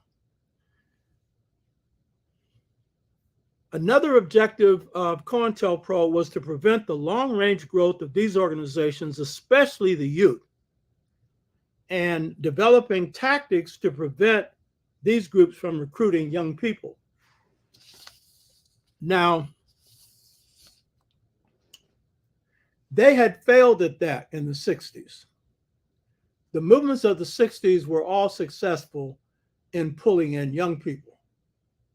King's movement was, if you look at the big ones, Birmingham or Selma to Montgomery. SNCC was, Student Nonviolent Coordinating Committee. It brought in a base of young people and not just college educated grassroots people, and of all classes. Fannie Lou Hamer was a timekeeper on a plantation in Mississippi, an older Black woman, recruited by James Bevells, who was then an organizer for the Student Nonviolent Coordinating Committee, later became the best strategist that King had. Without Bevells, no Birmingham. Bevells made that happen. Bevells was the one behind the strategy for the Million Man March, by the way. And that's something that Minister Louis Farrakhan admitted. It was nothing that he hid. He admitted. He got the idea from Bevells. Bevells was a strategist. So, in fact, Birmingham was successful because they didn't just bring in the youth, they brought in the extremely young youth, junior high school youth, who had no fear. The older Blacks were afraid, and that's what made Birmingham. That's what got you civil rights legislation. So they were trying now to break up what they had not succeeded in doing before. San Francisco Freedom Movement, we had a lot of youth, Black, white, brown, red, yellow, mainly Black and white. Not too many brown, no red, because we didn't at that time organize with them, and yellow. You know, we had some involvement at a certain point, but not generally in the movement. So these movements succeeded in building a youth base. Was very important. But what happens in the post-68 period, that's when the division and rift is created between the young and the old, when breaking up Black communities, jobs being taken out of the country, Black families being eroded, Black communities are being attacked and dismantled. Not all of them, but some key ones. And so as a result, the generation gap emerges as a real problem between the young and the old. And drugs being placed in the Black community at a time in which jobs are taken out, that is, businesses are taken out, really creates a rift. But with the emergence of Black Lives Matter and other movements, you're seeing that there's a conscious sector among the youth that's working against that. And there should be a lot more discussion of Black Lives Matter. It's like conscious Blacks who are Afrocentric ignore that. Those are significant victories they've chalked up. No Black Lives Matter and no mishandling of COVID, and Trump would still be president. And some of us act like that wouldn't mean anything. That means if that's what you think, you're as apolitical as you get. If you don't understand that crypto-fascism was happening in his first term, you really don't have an understanding of what was happening in the second term. And I know a lot of you do, but some of us don't seem to. Because it seems like when you get a victory like that, I don't even see the conscious people, the Afrocentric people, setting aside time to celebrate it, including it in their narrative. That's a big deal. You knocked him out of the White House. Big deal. These young people largely did that. So this aim of separating the youth from the movement, it became more successful in the post-1968 period, but even now it's being healed. Another aspect of that was, and this is where I got targeted along with the organizing and others like me, was to deny any kind of job to so-called militants or activists that involved reaching out to the youth. And that especially involved teaching. And so to deny teaching positions, whether at the university level or the public school level, or even the preschool level, was a major objective of COINTELPRO. And so when I go up for being put on tenure track, which is a 6-year process. You get reviewed, and then after that, you're tenured. That means it's a union card. It's a permanent job. I'm the only person in my college, Asian American and Black studies, that was targeted, was opposed for being put on tenure track. And that happened with activists in any part of the country that had any kind of record of organizing Blacks or brown or red or yellow or white people. They came after people with that kind of track record. And it was because of my community, Asa Hilliard, I pointed this out before, who was dean of the College of Education, the only Black dean on campus, who was in charge of my hiring, retention, and tenure committee. He fought for me. I had community support. I fought, and I won. But it was community support that really made the difference. And I got to be paid to radicalize students. 16,000 of them, to be exact. Is that a defeat of COINTELPRO? I take nice vacations every year. You know what I mean? Get 4 months off a year paid. You know what I mean? Good medical benefits. The pay's okay. It's not that great, but it's better than you normally going to get. You know what I mean? Huh. And when I walked into the classroom, I told some people this before, but a lot of you haven't heard it. I had a standard monologue that I'd give at the beginning of the semester. This actually distorted what happened, but I said, if the system was dumb enough to tenure me, I'm smart enough to do my very best to radicalize your Black behinds. Now, in fact, they didn't roll over. They tried to stop this, but that happened across the board. And that was designed to see that we would not be able to reach out to the youth. And that did happen. We did do that. But in a lot of places, people were denied that opportunity and denied their livelihoods, period. You hear me? In many cases. So another objective of this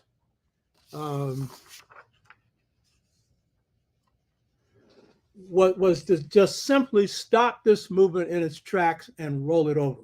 Now, I want to say something overall about the deficiency of COINTELPRO, because while it led to a lot of deaths and it eventually dismembered some organizations like the Black Panther Party, it was a slow thing. It wasn't something that they could do quick, because when they attacked the movement, it also unified people against the attack. And that was true with Garvey. As long as Garvey was under the knife, facing trial, even in prison, his movement still was in operation. It's when they could exile him out of the country that the movement really went down the tubes, you know, because it depended too much on one leader. But that leader, it's understandable. He was a rare leader. I mean, someone that could pull off the kind of organizing he did, building the largest mass base of any leader in the Western Hemisphere, at least, in the 20th century, period. Garvey, the UNIA. So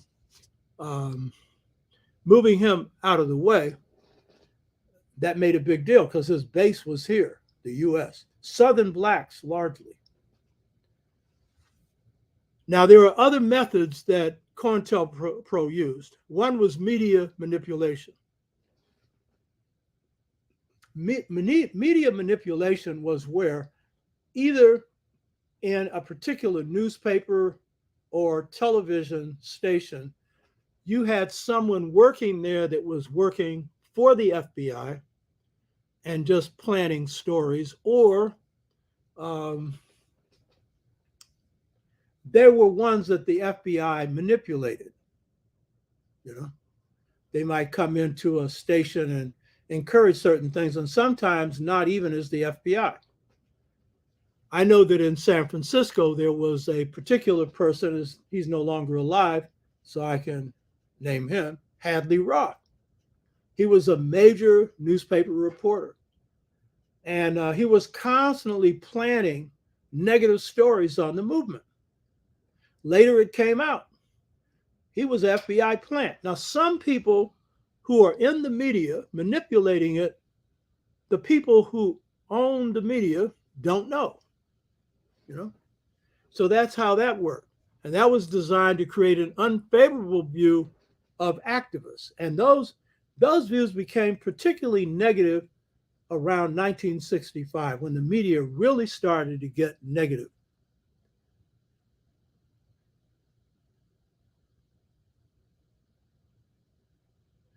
That was a major reason. I see here source 293. She's saying, I think you're missing the reality that the majority of Afrocentric community you reference can't bring themselves to support Black Lives Matter because it centers not only on Black women, but non-heterosexual ones. Yeah, I know that.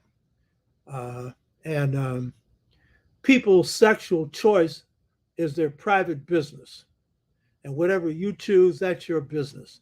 And this country is real good at trying to get into the bedroom and under the sheets and dictate that. And some of the people who are doing that are doing just what they claim to be opposed to. So yeah, that's very true. And the proof of the pie is in the pudding. It's the results they get that prove the value of them. Or the Prime Minister of Barbados, she's gay. You hear me? Best prime minister they ever had, huh? And got unanimously reelected. Not a single, in fact, 2 elections, not a single opposition party member has been elected. And you know, these Barbadians, they're like most Africans, they got issues around that. But they knew that the programs that she could deliver was far more important than anything else, you know.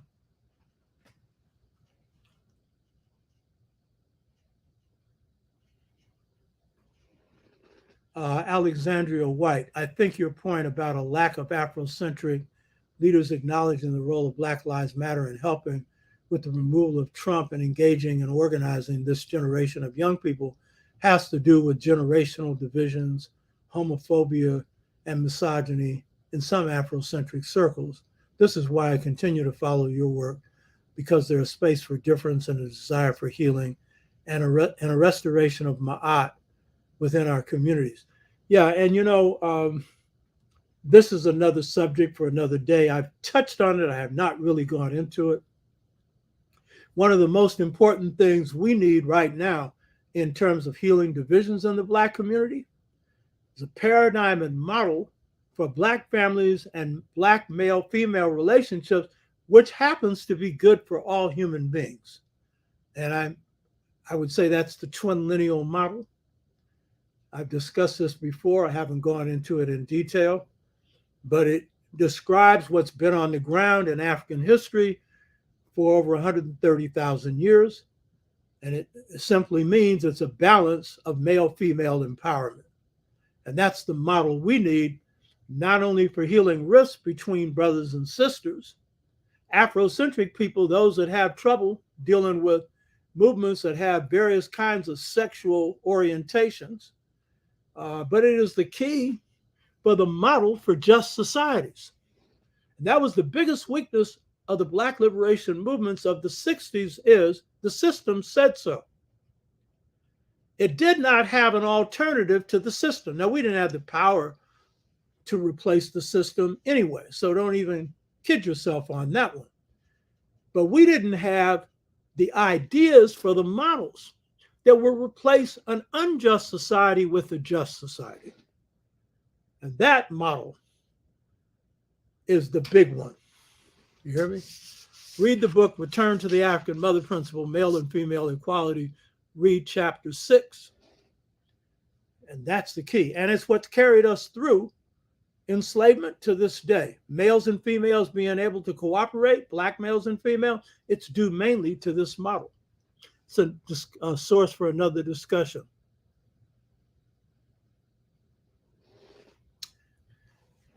So this is some of the goals and objectives of COINTELPRO Methods, media manipulation is one. Reprinted mailing, which I discussed with the Panther Us thing, where they would send out mailings in the name of someone. Or in the case of Malcolm, when Malcolm is put on suspension by the nation, he's sending some conciliatory letters to the messenger prior to the end of his suspension, indicating that he's willing to do everything the nation's asking him to do so that he can get back in. And as I pointed out in a previous show, the FBI, actually Babazak Kondo pointed this out in his meticulous research, the FBI got those letters, opened them, rewrote them, and sent those to the messenger. So that was designed to make sure that a rift that was already bad was going to remain bad and lead to his exclusion from the nation and later to his removal. So this is another way in which reprinted mailings work. And then promoting ill will and factionalism within and between groups.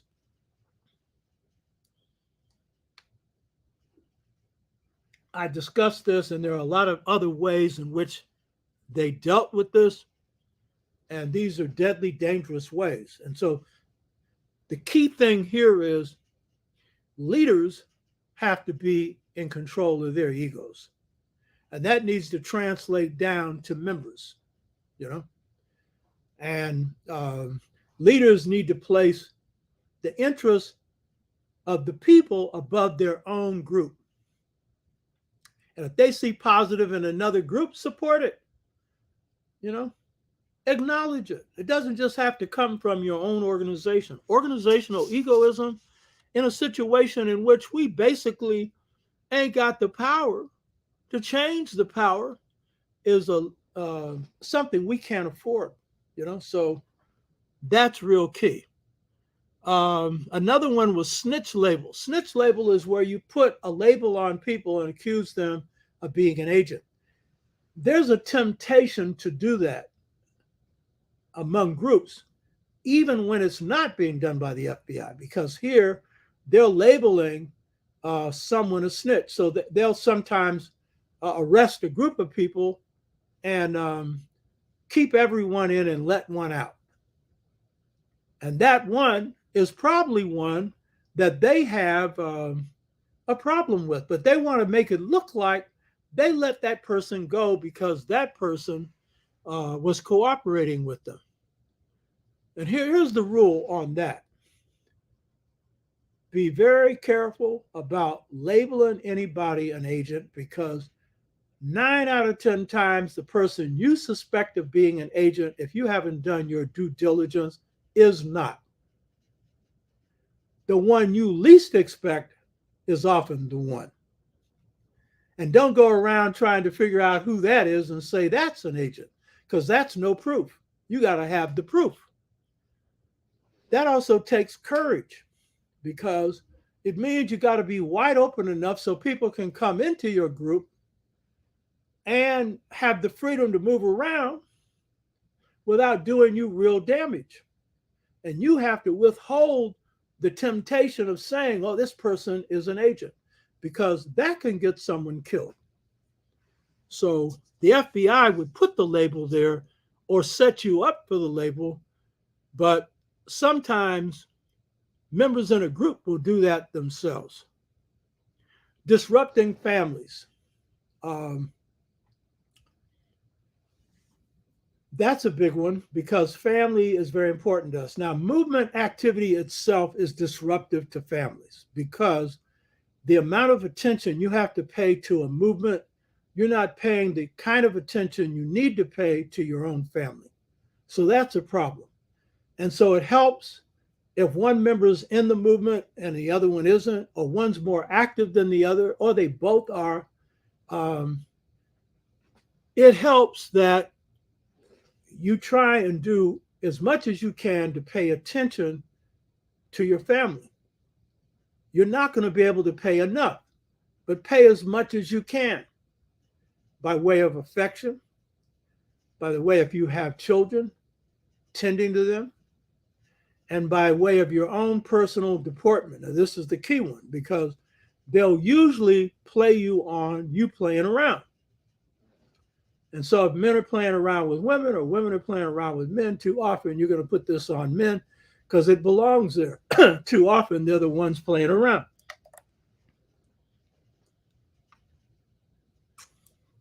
When that's exposed, that's going to cause problems. So that was King's problem, They exposed that, And it definitely had to hurt the relationship. His wife stayed with him, but that was hurtful.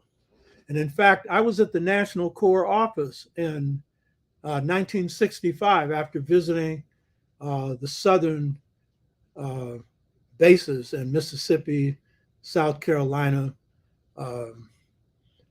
Louisiana, and other places. And I come back to the national office, and James Farmer, who was national director, he was going to visit J. Edgar Hoover to try and persuade him not to release some of the stuff he had on King. There was a number of leaders trying to do that.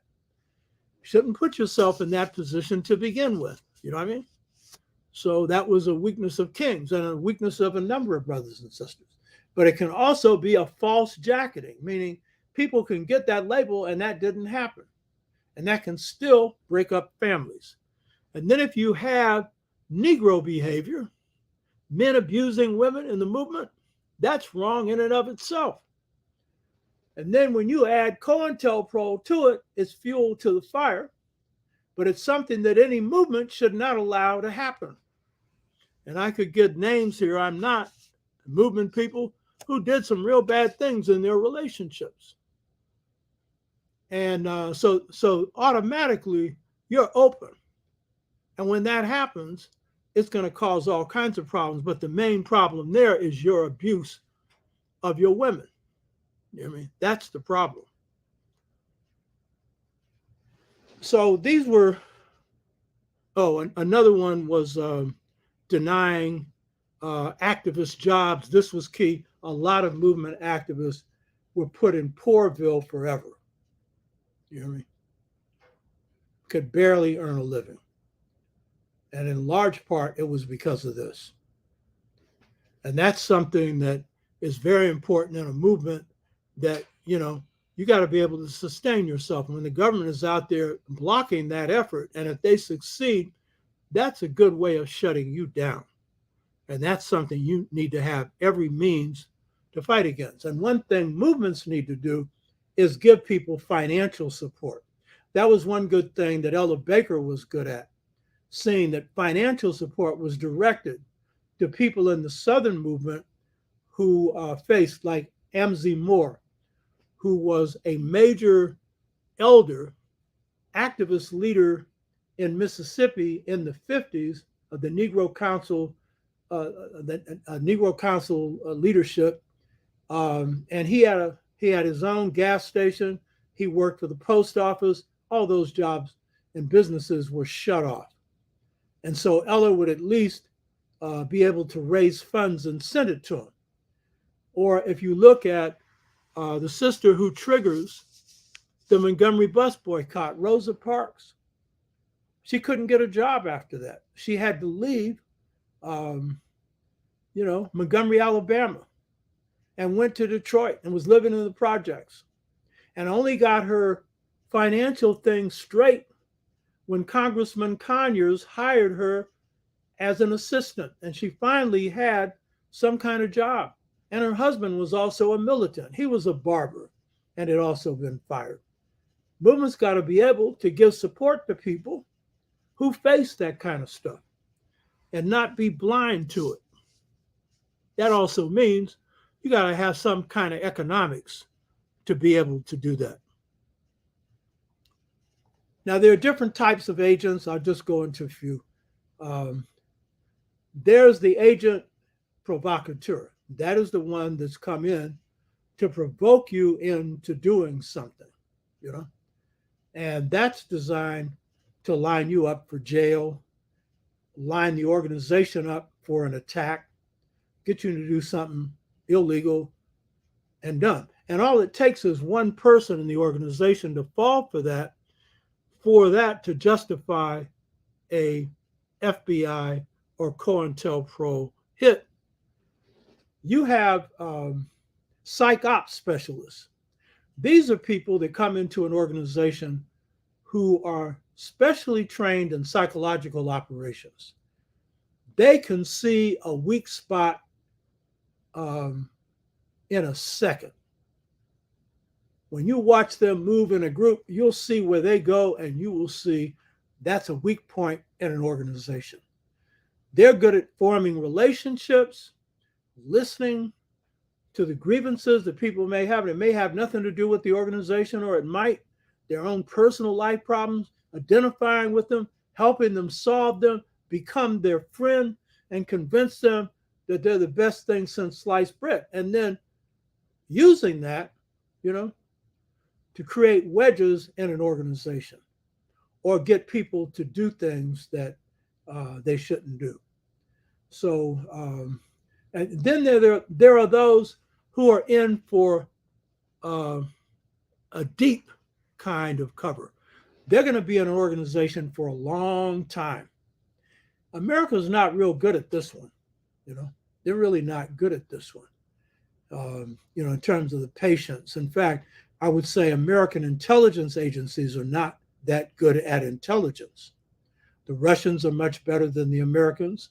The Cubans have proven to be better than the Americans on the one case they have, which is the US. They were trained by the Russians.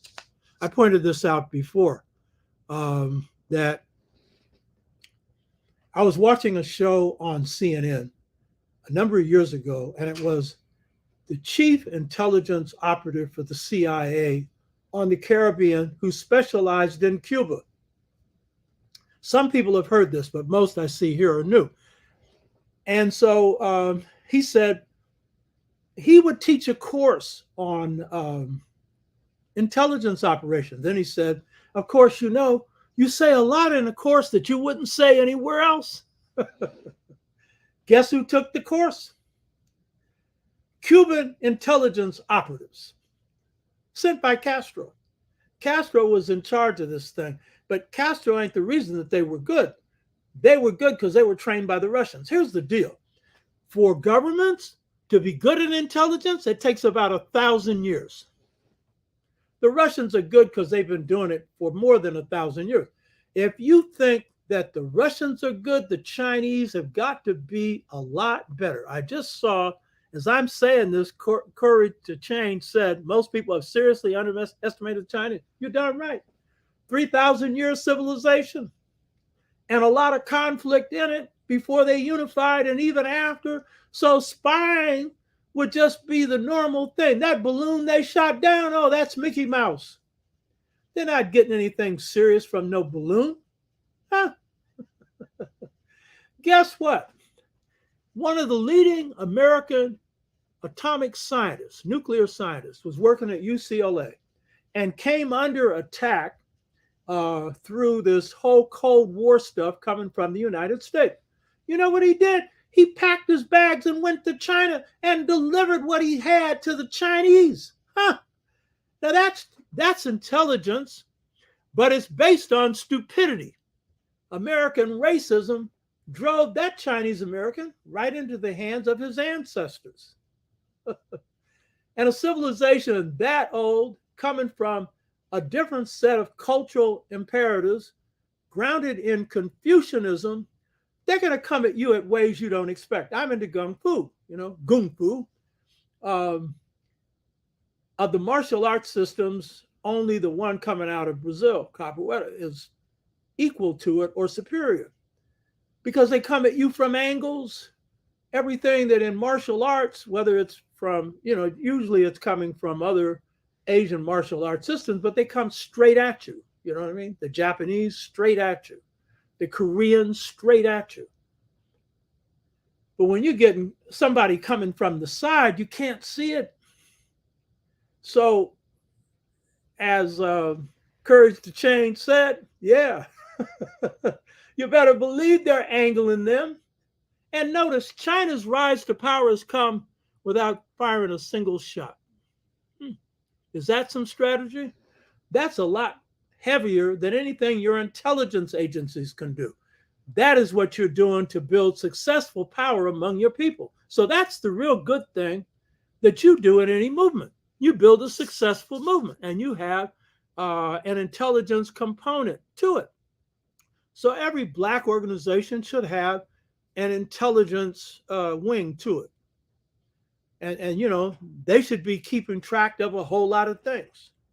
And they should be trained in and be training other people in the organization in these moves so that they'll know them, so that they're conscious, you know? So I would say that the best defense that you have against COINTELPRO, low intensity operations, and other things is to defend yourself against your own weaknesses. Develop your own consciousness. Whatever your weaknesses are, work on them. And to the extent that you do, then it's going to be hard for the system to come in on you.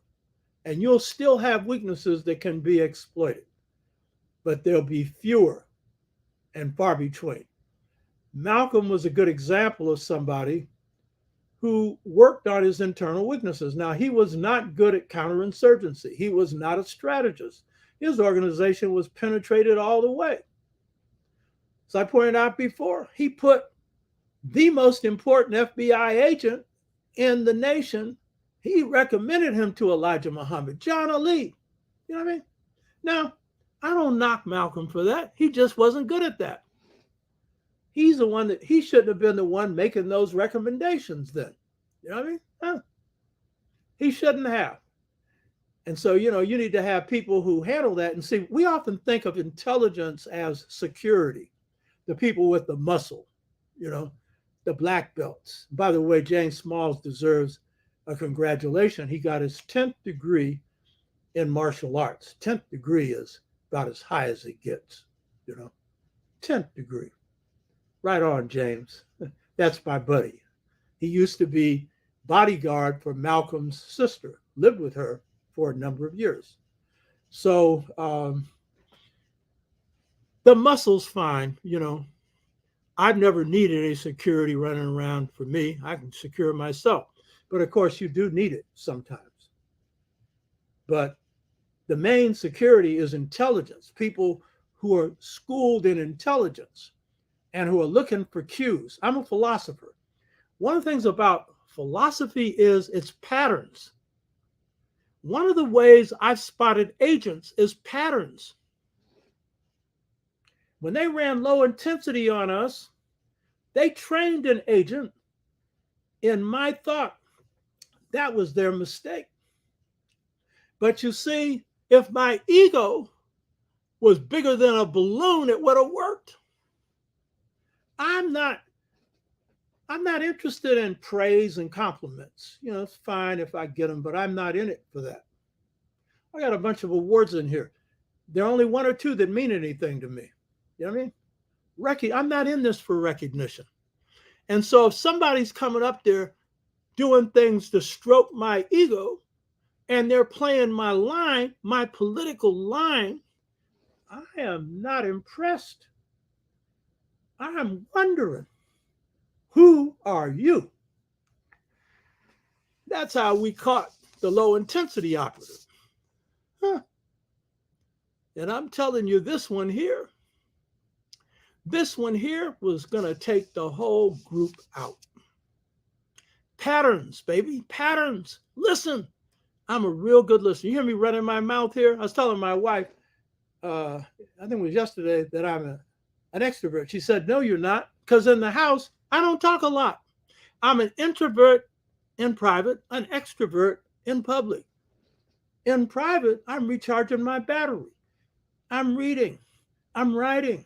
I'm thinking about things. And even in public, I listen. I'm a real good listener. And if you ever hear me play a game on people, I can tell you what they said 20 years ago using their accent. People know I do this. Some of them would be embarrassed if they heard, because they'd be embarrassed by what they said. They wouldn't remember what they said. I remember. Historian, baby. I got a memory. You know what I mean? So One thing is patterns, patterns. And then you have some people who are just good at reading people. When you have people like that, you always ask them questions. What do you think about this person? And if you got people that are generally not wrong in their readings on people, listen to what they got to say. Don't go on it, meaning don't move on somebody because of what they said. Check them out. Because you need some evidence. But the fact is, if you can't get the evidence, believe that you got a problem and prepare for it. And in a group, you've usually got some people like that. More often, it's a sister. Sisters are usually more in tune with those feelings. And they will tell you right off, something wrong with that person. Something wrong with them.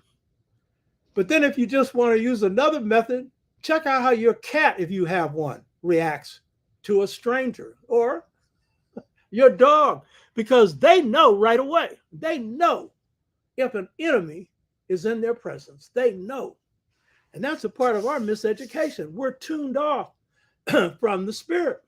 Not all of us, but too many of us. And so if something sounds good, looks good, is good. Huh? That's what all these operations are about. It's deception, baby. It's not the way it looks. But you can't be assuming that you're being deceived either. That's the trick of the whole thing. You know what I mean? So there's a whole lot of stuff that you have to do to overcome this stuff. And I don't have a whole lot of time to go into a lot more. But I'll just tell you that it's something you need to know. You hear me?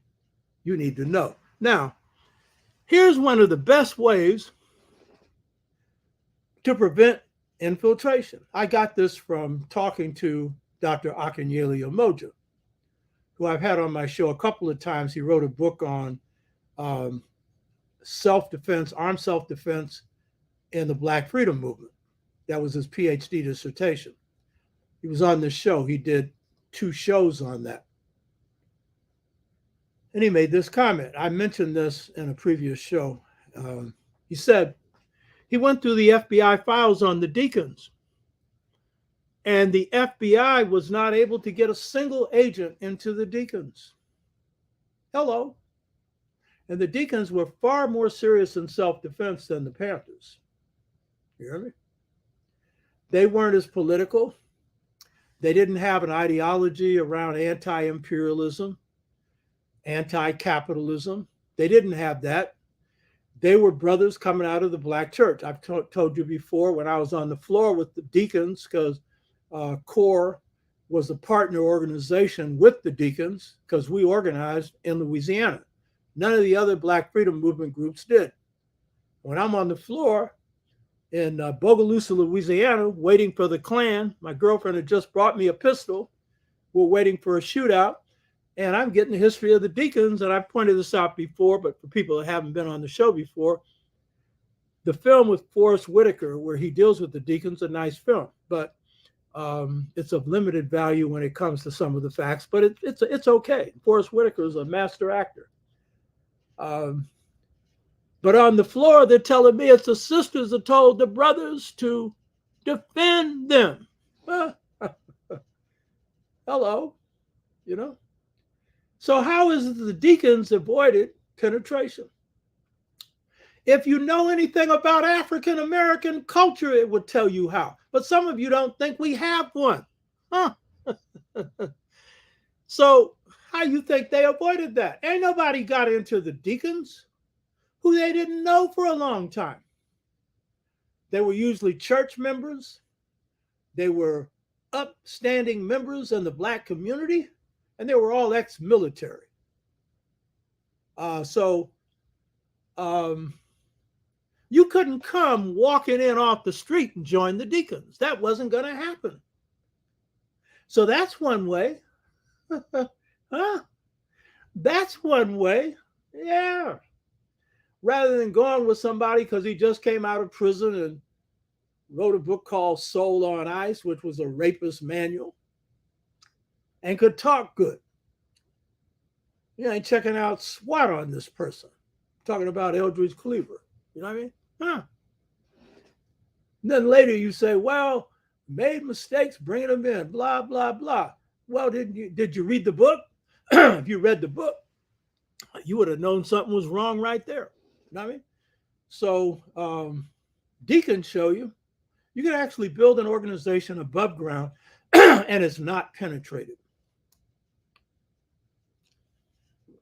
That's very hard to do.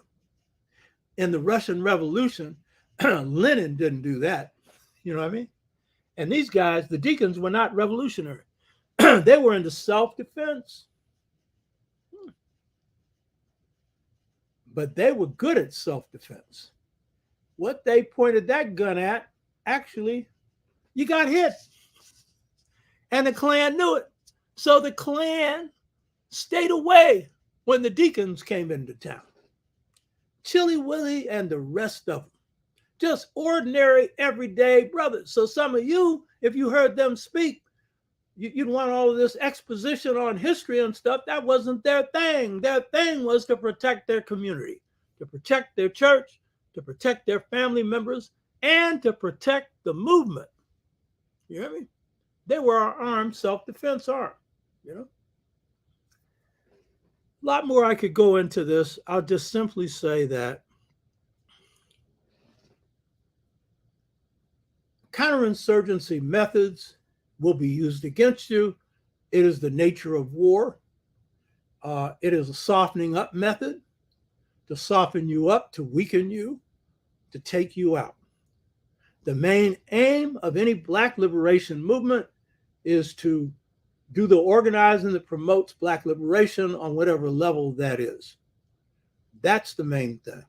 And the main concern of a Black liberation movement should be winning. Don't take on issues you can't win on. And that is the key that will shape up a following in your community. And when the community supports you, they'll serve as eyes and ears for you. They'll give you support. They'll tell you stuff that you would have never expected. You hear me? And some who are half drunk, loaded on drugs, but they saw somebody climb into a car with the cops and they'll tell you. You hear me? Huh? So it's your effectiveness in organizing that is the real key to defeating all these other things, as well as training in this. But this is not the primary thing.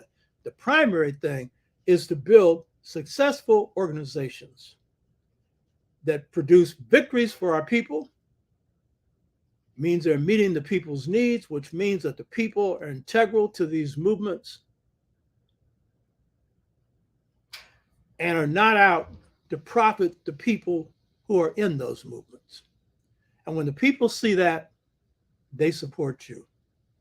Successful movements breed successful thoughts.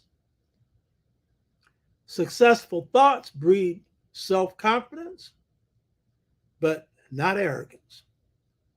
And with that, you're able to handle these agencies like you handle a fly. See, the real art of this is when you go after them. That's the real art. Not them coming after you when you come after them. That's the real art. Are you really hearing this one? You could say I'm the signifying monkey. Yeah. So that's it. So today we're dealing with the art of mastering COINTELPRO, counterintelligence program. Of course, it means you have to master this. And one thing you learn when you're disciplined and well organized is you're smarter than them. But don't start off just assuming that. You prove that through beating them. Hotep. Okay.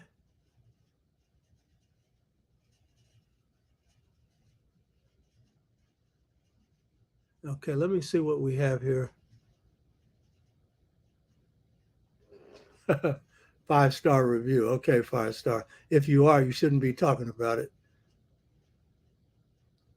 Yeah, Brother Ogawa said, go to Gumroad. You can purchase The Art of Leadership Volume 1 or any of the other volume, but Volume 2 is not available.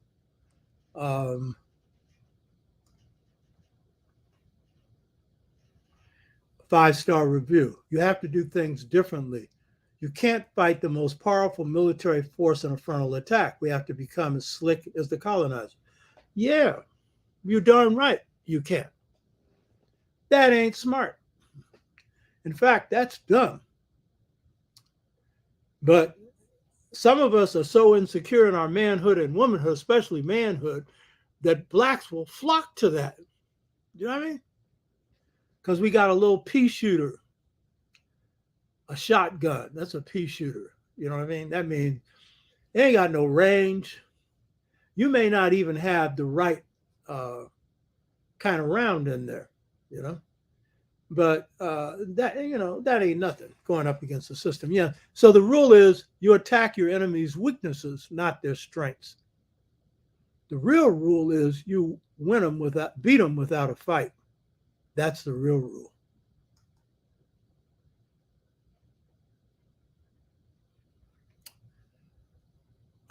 Wolf Manlu is recommending a great video on this channel, YouTube. Black Youth, You Have a Mighty Black Culture. Yeah, check it out. Leaders are readers. That's right, Ugo. Yeah. A lot of your FBI doesn't read, so they read you. They got a target on you, but that's it.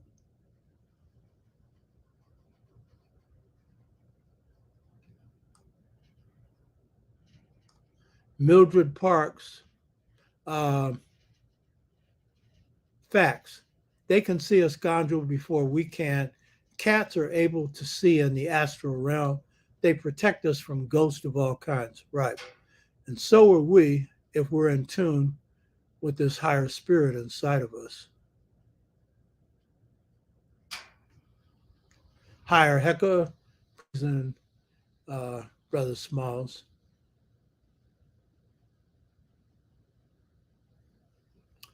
Mildred Parks. Oh my goodness, my cat does not like everyone. Now that doesn't mean they're agents. By the way, the cat's going to protect you with their views, but the cat is too smart to put its life on the line for you. It's a rare cat that will do that. Source 293. Practices that do not include calling someone out under an online pseudonym or calling someone out as an individual, but with the considered backing of an institution or some community. See, the thing about calling out an agent, what good does it do if you're putting it on the internet? What good does that do? And it opens you up for attack and for suits, but attacks. There are other ways you do that, and I'm not going into that. You use your own common sense. There's other ways you do that.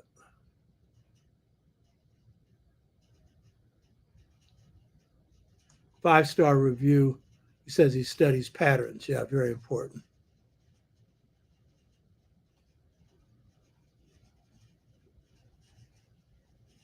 Yeah, Wolf Manlu is stressing this thing about not needing your ego stroke. Yeah, very important. Because an ego is an exaggerated part of yourself that you've exaggerated beyond reality. And you made more of it than should be made of it. And you're setting yourself up for the fall.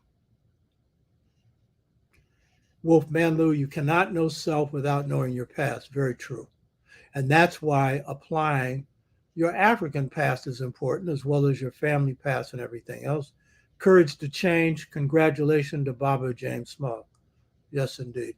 He just had knee replacement, so he doesn't have pain in a knee that he had before.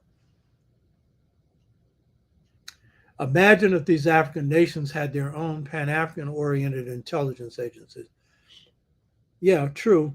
But the intelligence agencies are outgrowths of the systems that they're doing intelligence for. And so that's the real key there.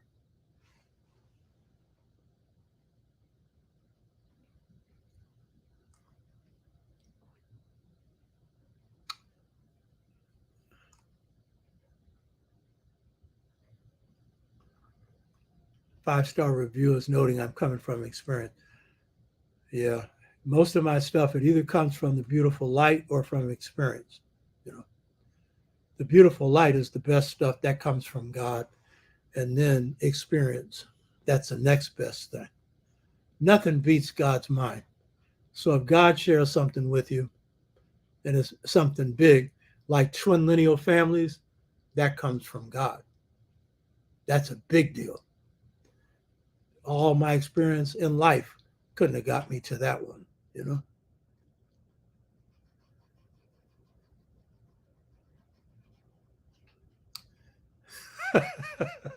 Wolf Manley was saying, be careful now. You watch this show, you're going to be watched forever. Don't worry about that.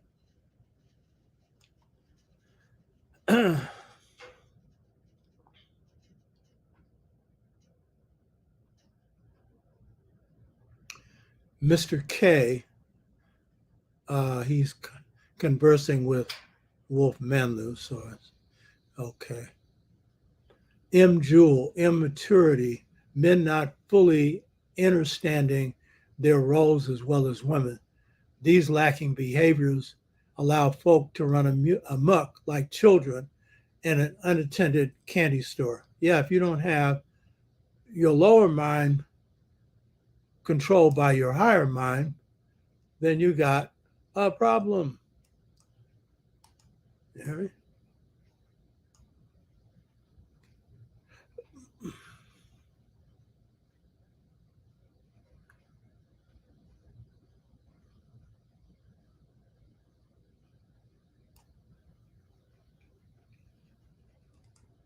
See if there's any comments, any questions, or what is.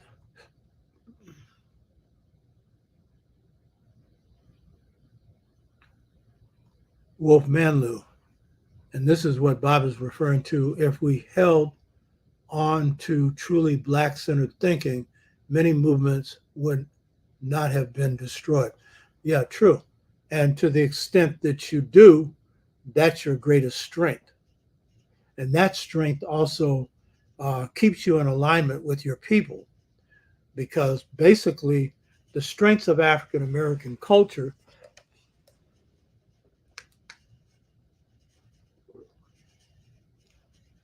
are the strengths of our people. And so, to the extent that you're in tune with that, and the key one is loving your people. That's the key one. And then the next one is knowing your people and respecting your people.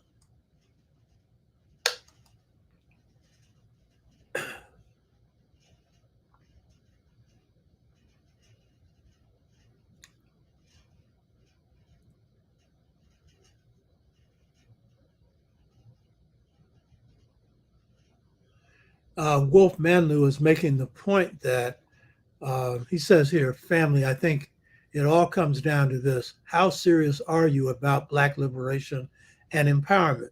Will you do all you can, use all you know to promote and advance Black causes? He's making a very important point here, because those of us who do the best in this movement, a Malcolm X, for example, or a King, but not just the big people, everyday people who do this, the ones who put their whole being into this, that's where the greatest strength and greatest power comes from. In African thought, it's called the totality of thought, meaning in African thought, it reflects the mind, body, and spirit of the person. So when you put your whole self into what you're doing, anything, but in this case, a movement, then it means that as you practice it and you refine it and you get better at it, you're going to come up with some powerful stuff. And that powerful stuff will produce victory for you and overcome a lot of obstacles, including these.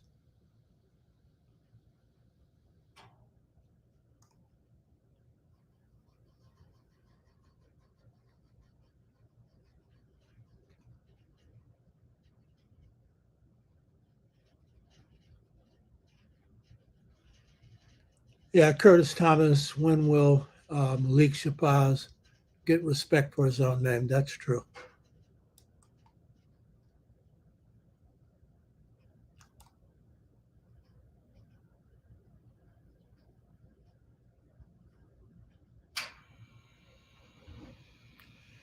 Wolf Manley was making the point that the real issue is not reenacting things that have occurred from the past, but learning the lessons from the past, um, particularly the lessons of failures to do something different. Yeah, very true. And one of the things I think that's very important is in any organization should be set up in a way that it's never used to harm our people or anybody else unless it's in defense of your own life or something. And some of the worst things that have come out of black movements, not caused by COINTELPRO, has come out of some deranged behavior that comes from leadership, sometimes under pressure, sometimes because they just shift and go somewhere funny. And they're doing bad things to their people. That can never be tolerated. You have to have checks against that. And you can't, and that's one of the worst things. If you have an organization organized as a paramilitary group, that's a real problem because then it's top down. Whoever's on the top is giving orders to everybody else, and then all kinds of mess can occur. You know what I mean? So you got to have your value system straight. And one of the things is being kind to your own people and everybody else. You know what I mean?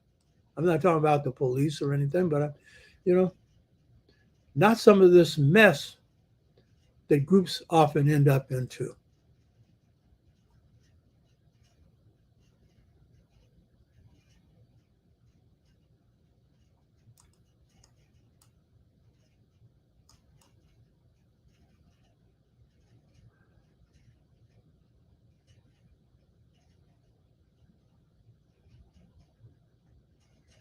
Now, there's a comment here from Quadro saying that BLM embezzled a lot of money.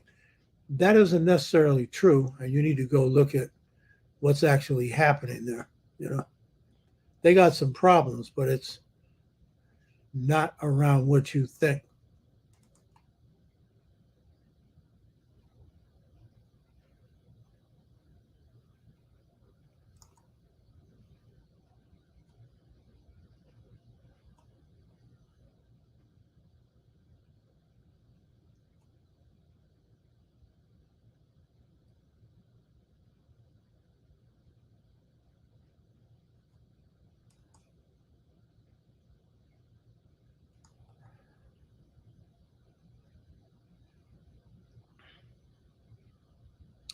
Also, Baba, source 293. I think any victories of the BLM must be tempered with critique of their neoliberal funders and the disconnect between the central office and grassroots chapters who are doing the hard work. Yeah, they got huge amount of millions of dollars of money, and part of the question is, did they know what to do with that money, or should they have ever taken it to begin with? You know?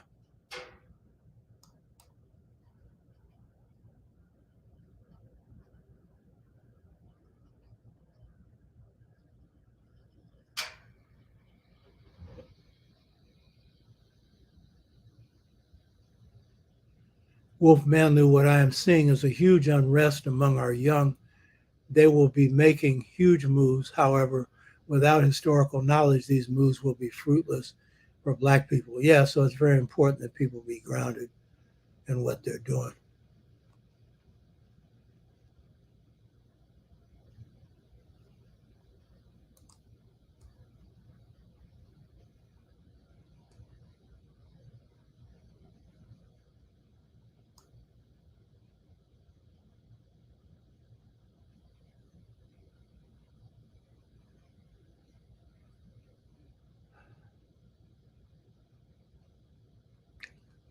Wolfman who says he doesn't have the subtlety that I have.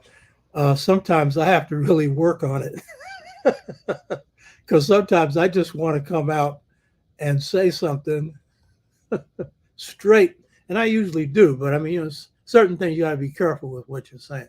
But I know what you're saying. But I'm of the sentiment where I just rather come out and just put it on the table, boom.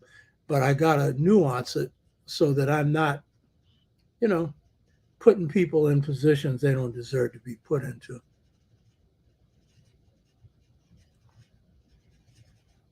Kenneth Sutton uh, at Gregory Jones.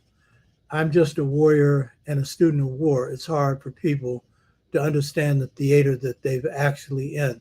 These dudes obsessed with historical reenacting it. Yeah, that's a problem. You can't repeat a movement. You can't export a movement. You got to deal with the reality you're facing right now.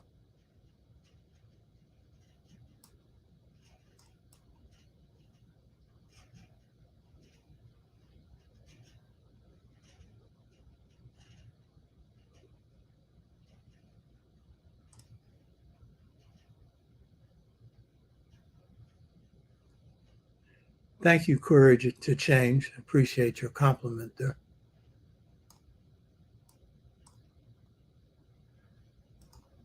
All right, let's see.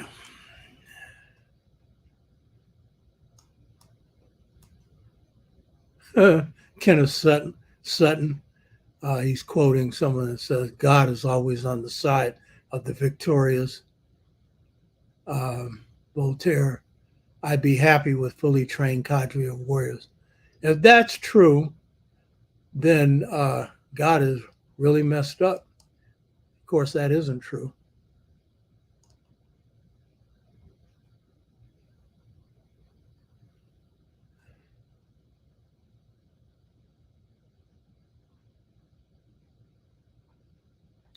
M. Jewell is talking about the importance of being guided by your spirit or your gut. Some of us have been removed from that. But we are spirit first people, so that's our strength.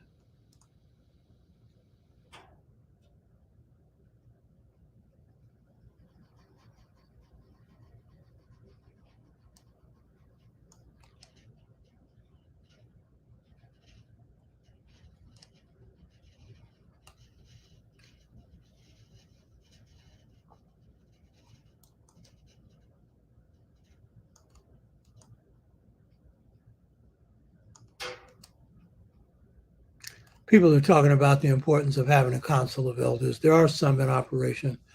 You need more. You know, wherever you are in your community, draw from people that have good insight and wisdom and listen to them. But listen to everybody. You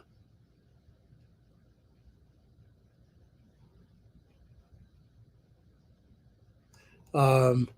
Mr. K, referring to Wolf Manley, I've always said we need an internal affairs operation to mediate, resolve, and neutral our internal conflicts based on internal differences. Yeah, sure.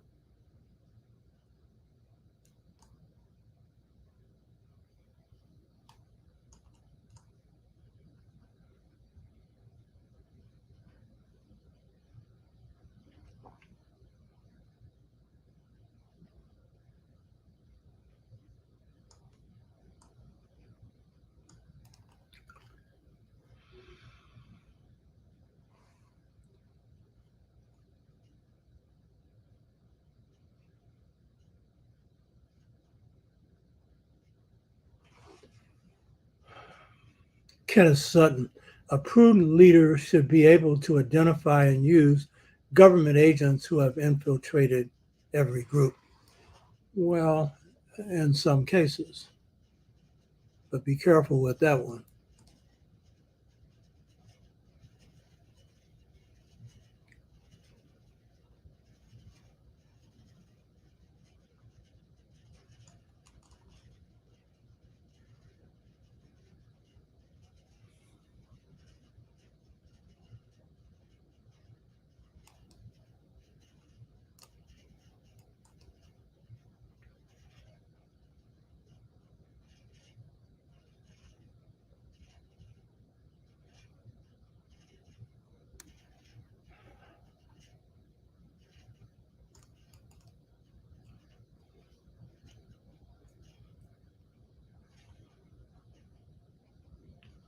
some good reading material. If you looked at these things here, you'll see it being proposed.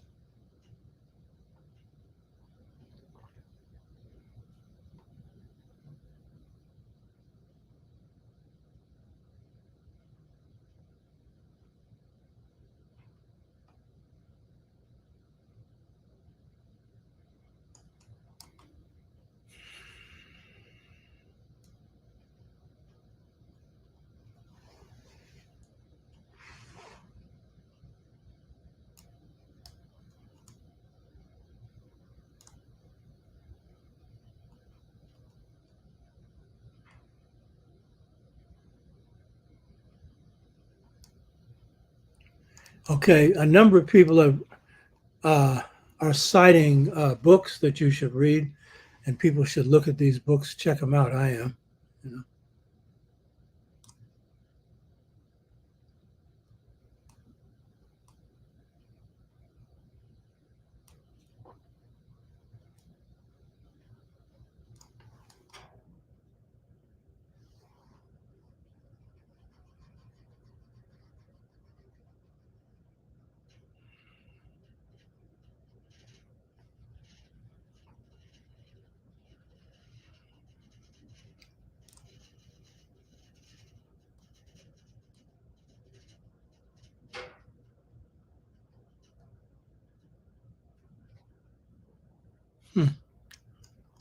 Ah, this is interesting. Wolf Manlu is saying some people be encouraged to go to my site or being sent somewhere else. Yeah. Huh.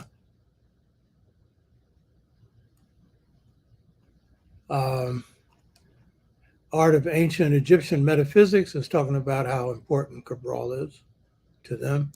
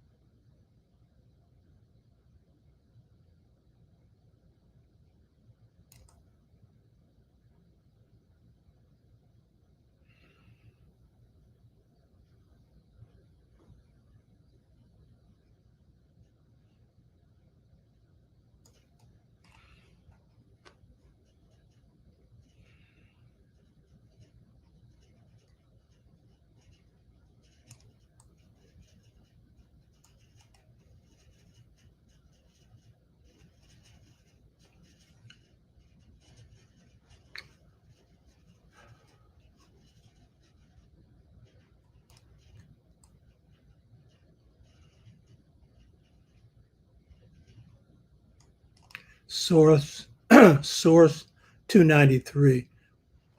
More needs to be said about the deacon spirituality expressed through revolutionary African American Christianity, always overlooked, that managed to use gun based self defense without uh,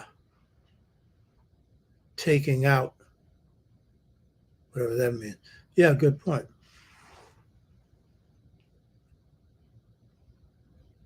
Morals are the key of anything. So if you're standing on moral principles, that's it.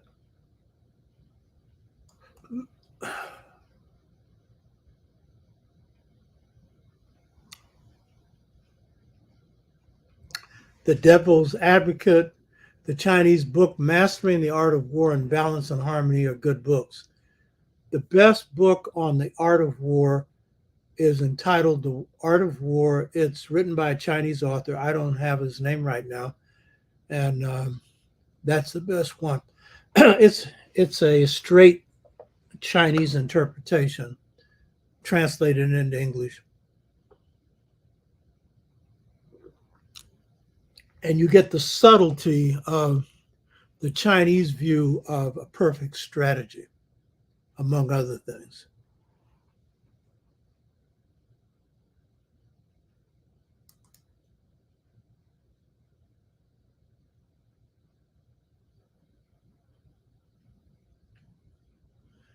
Yeah, and wanted me to respond to the neoliberal funding of Black Lives Matter. Yeah, to the extent that it is neoliberal funding, then that's a real problem. You know? I think a lot of their funding came, particularly during the reelection campaign, where Trump was running for a second term, to get him out of office. I think that was the main thing. Um, but there's been problems inside of Black Lives Matter with the money that are not what you think it is.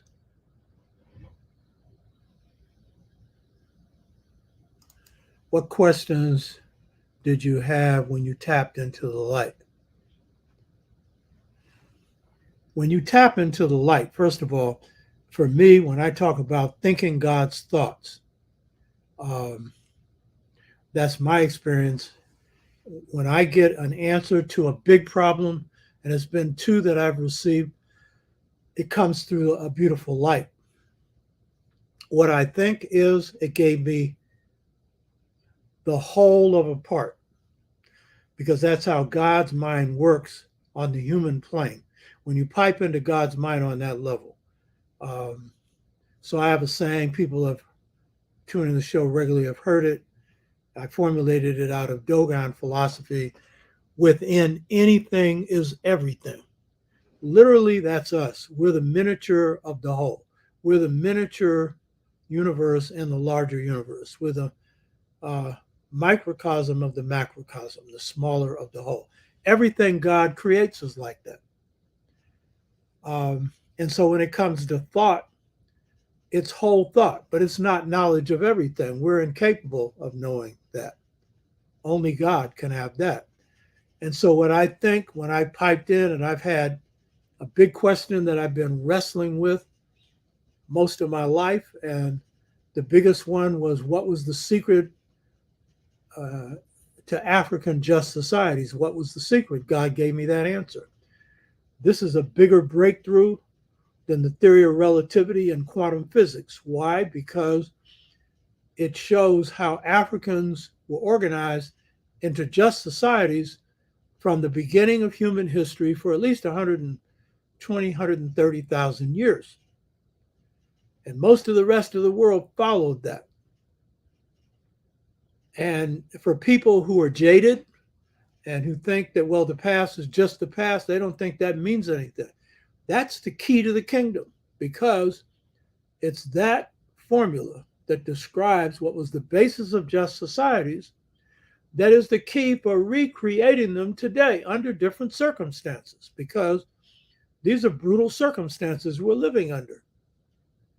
And it's also the key to understanding why African societies were just then. We've often missed that. So, what I think, wow, I'd have never got it without God's help. It was just too simple to get. So, if you read the mother principle, read the whole book, Return to the African Mother Principle, Male and Female Equality, but especially read chapter 6. That book's considered a classic by Theophilo Benga and others.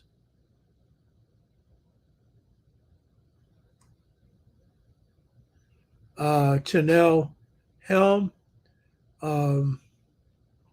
she says BLM chapters or organizations had never been funded by politicians or political parties. I'm a BLM Louisville lead. Yeah, I'd like to talk to you, Chanel, more. Send me your email address.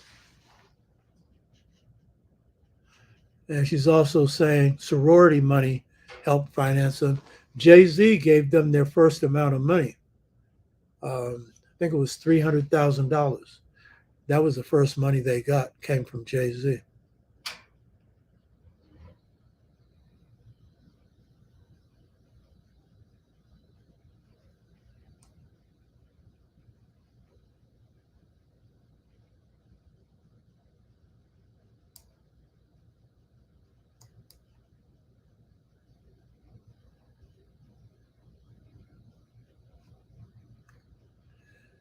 Chanel Helm, thank you, Baba. The money isn't the problem. It is absolutely what you just mentioned of folks taking and performing leadership. Yeah, I'm glad to see you on this show, Chanel, and get more Black Lives Matter to watch this show. Members, I'd like to interact with them.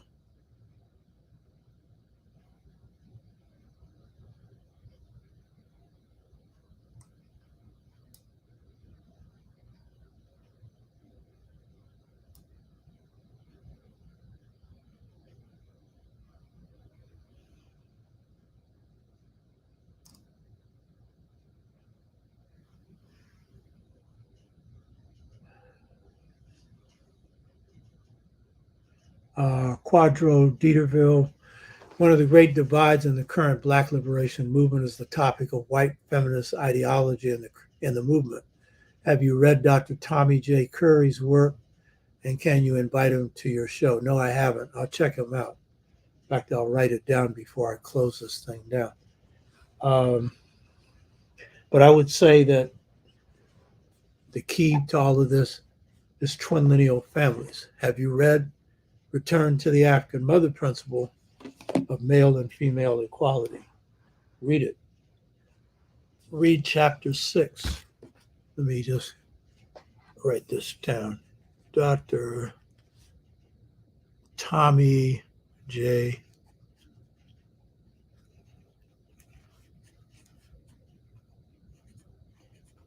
Curry. I'll check that out. James Limbo, why are cash donations being returned? Because we have to master this thing. And I've got to call a sister that was on, Felicia, from Hoppy today, so she can straighten that out. That's a reason.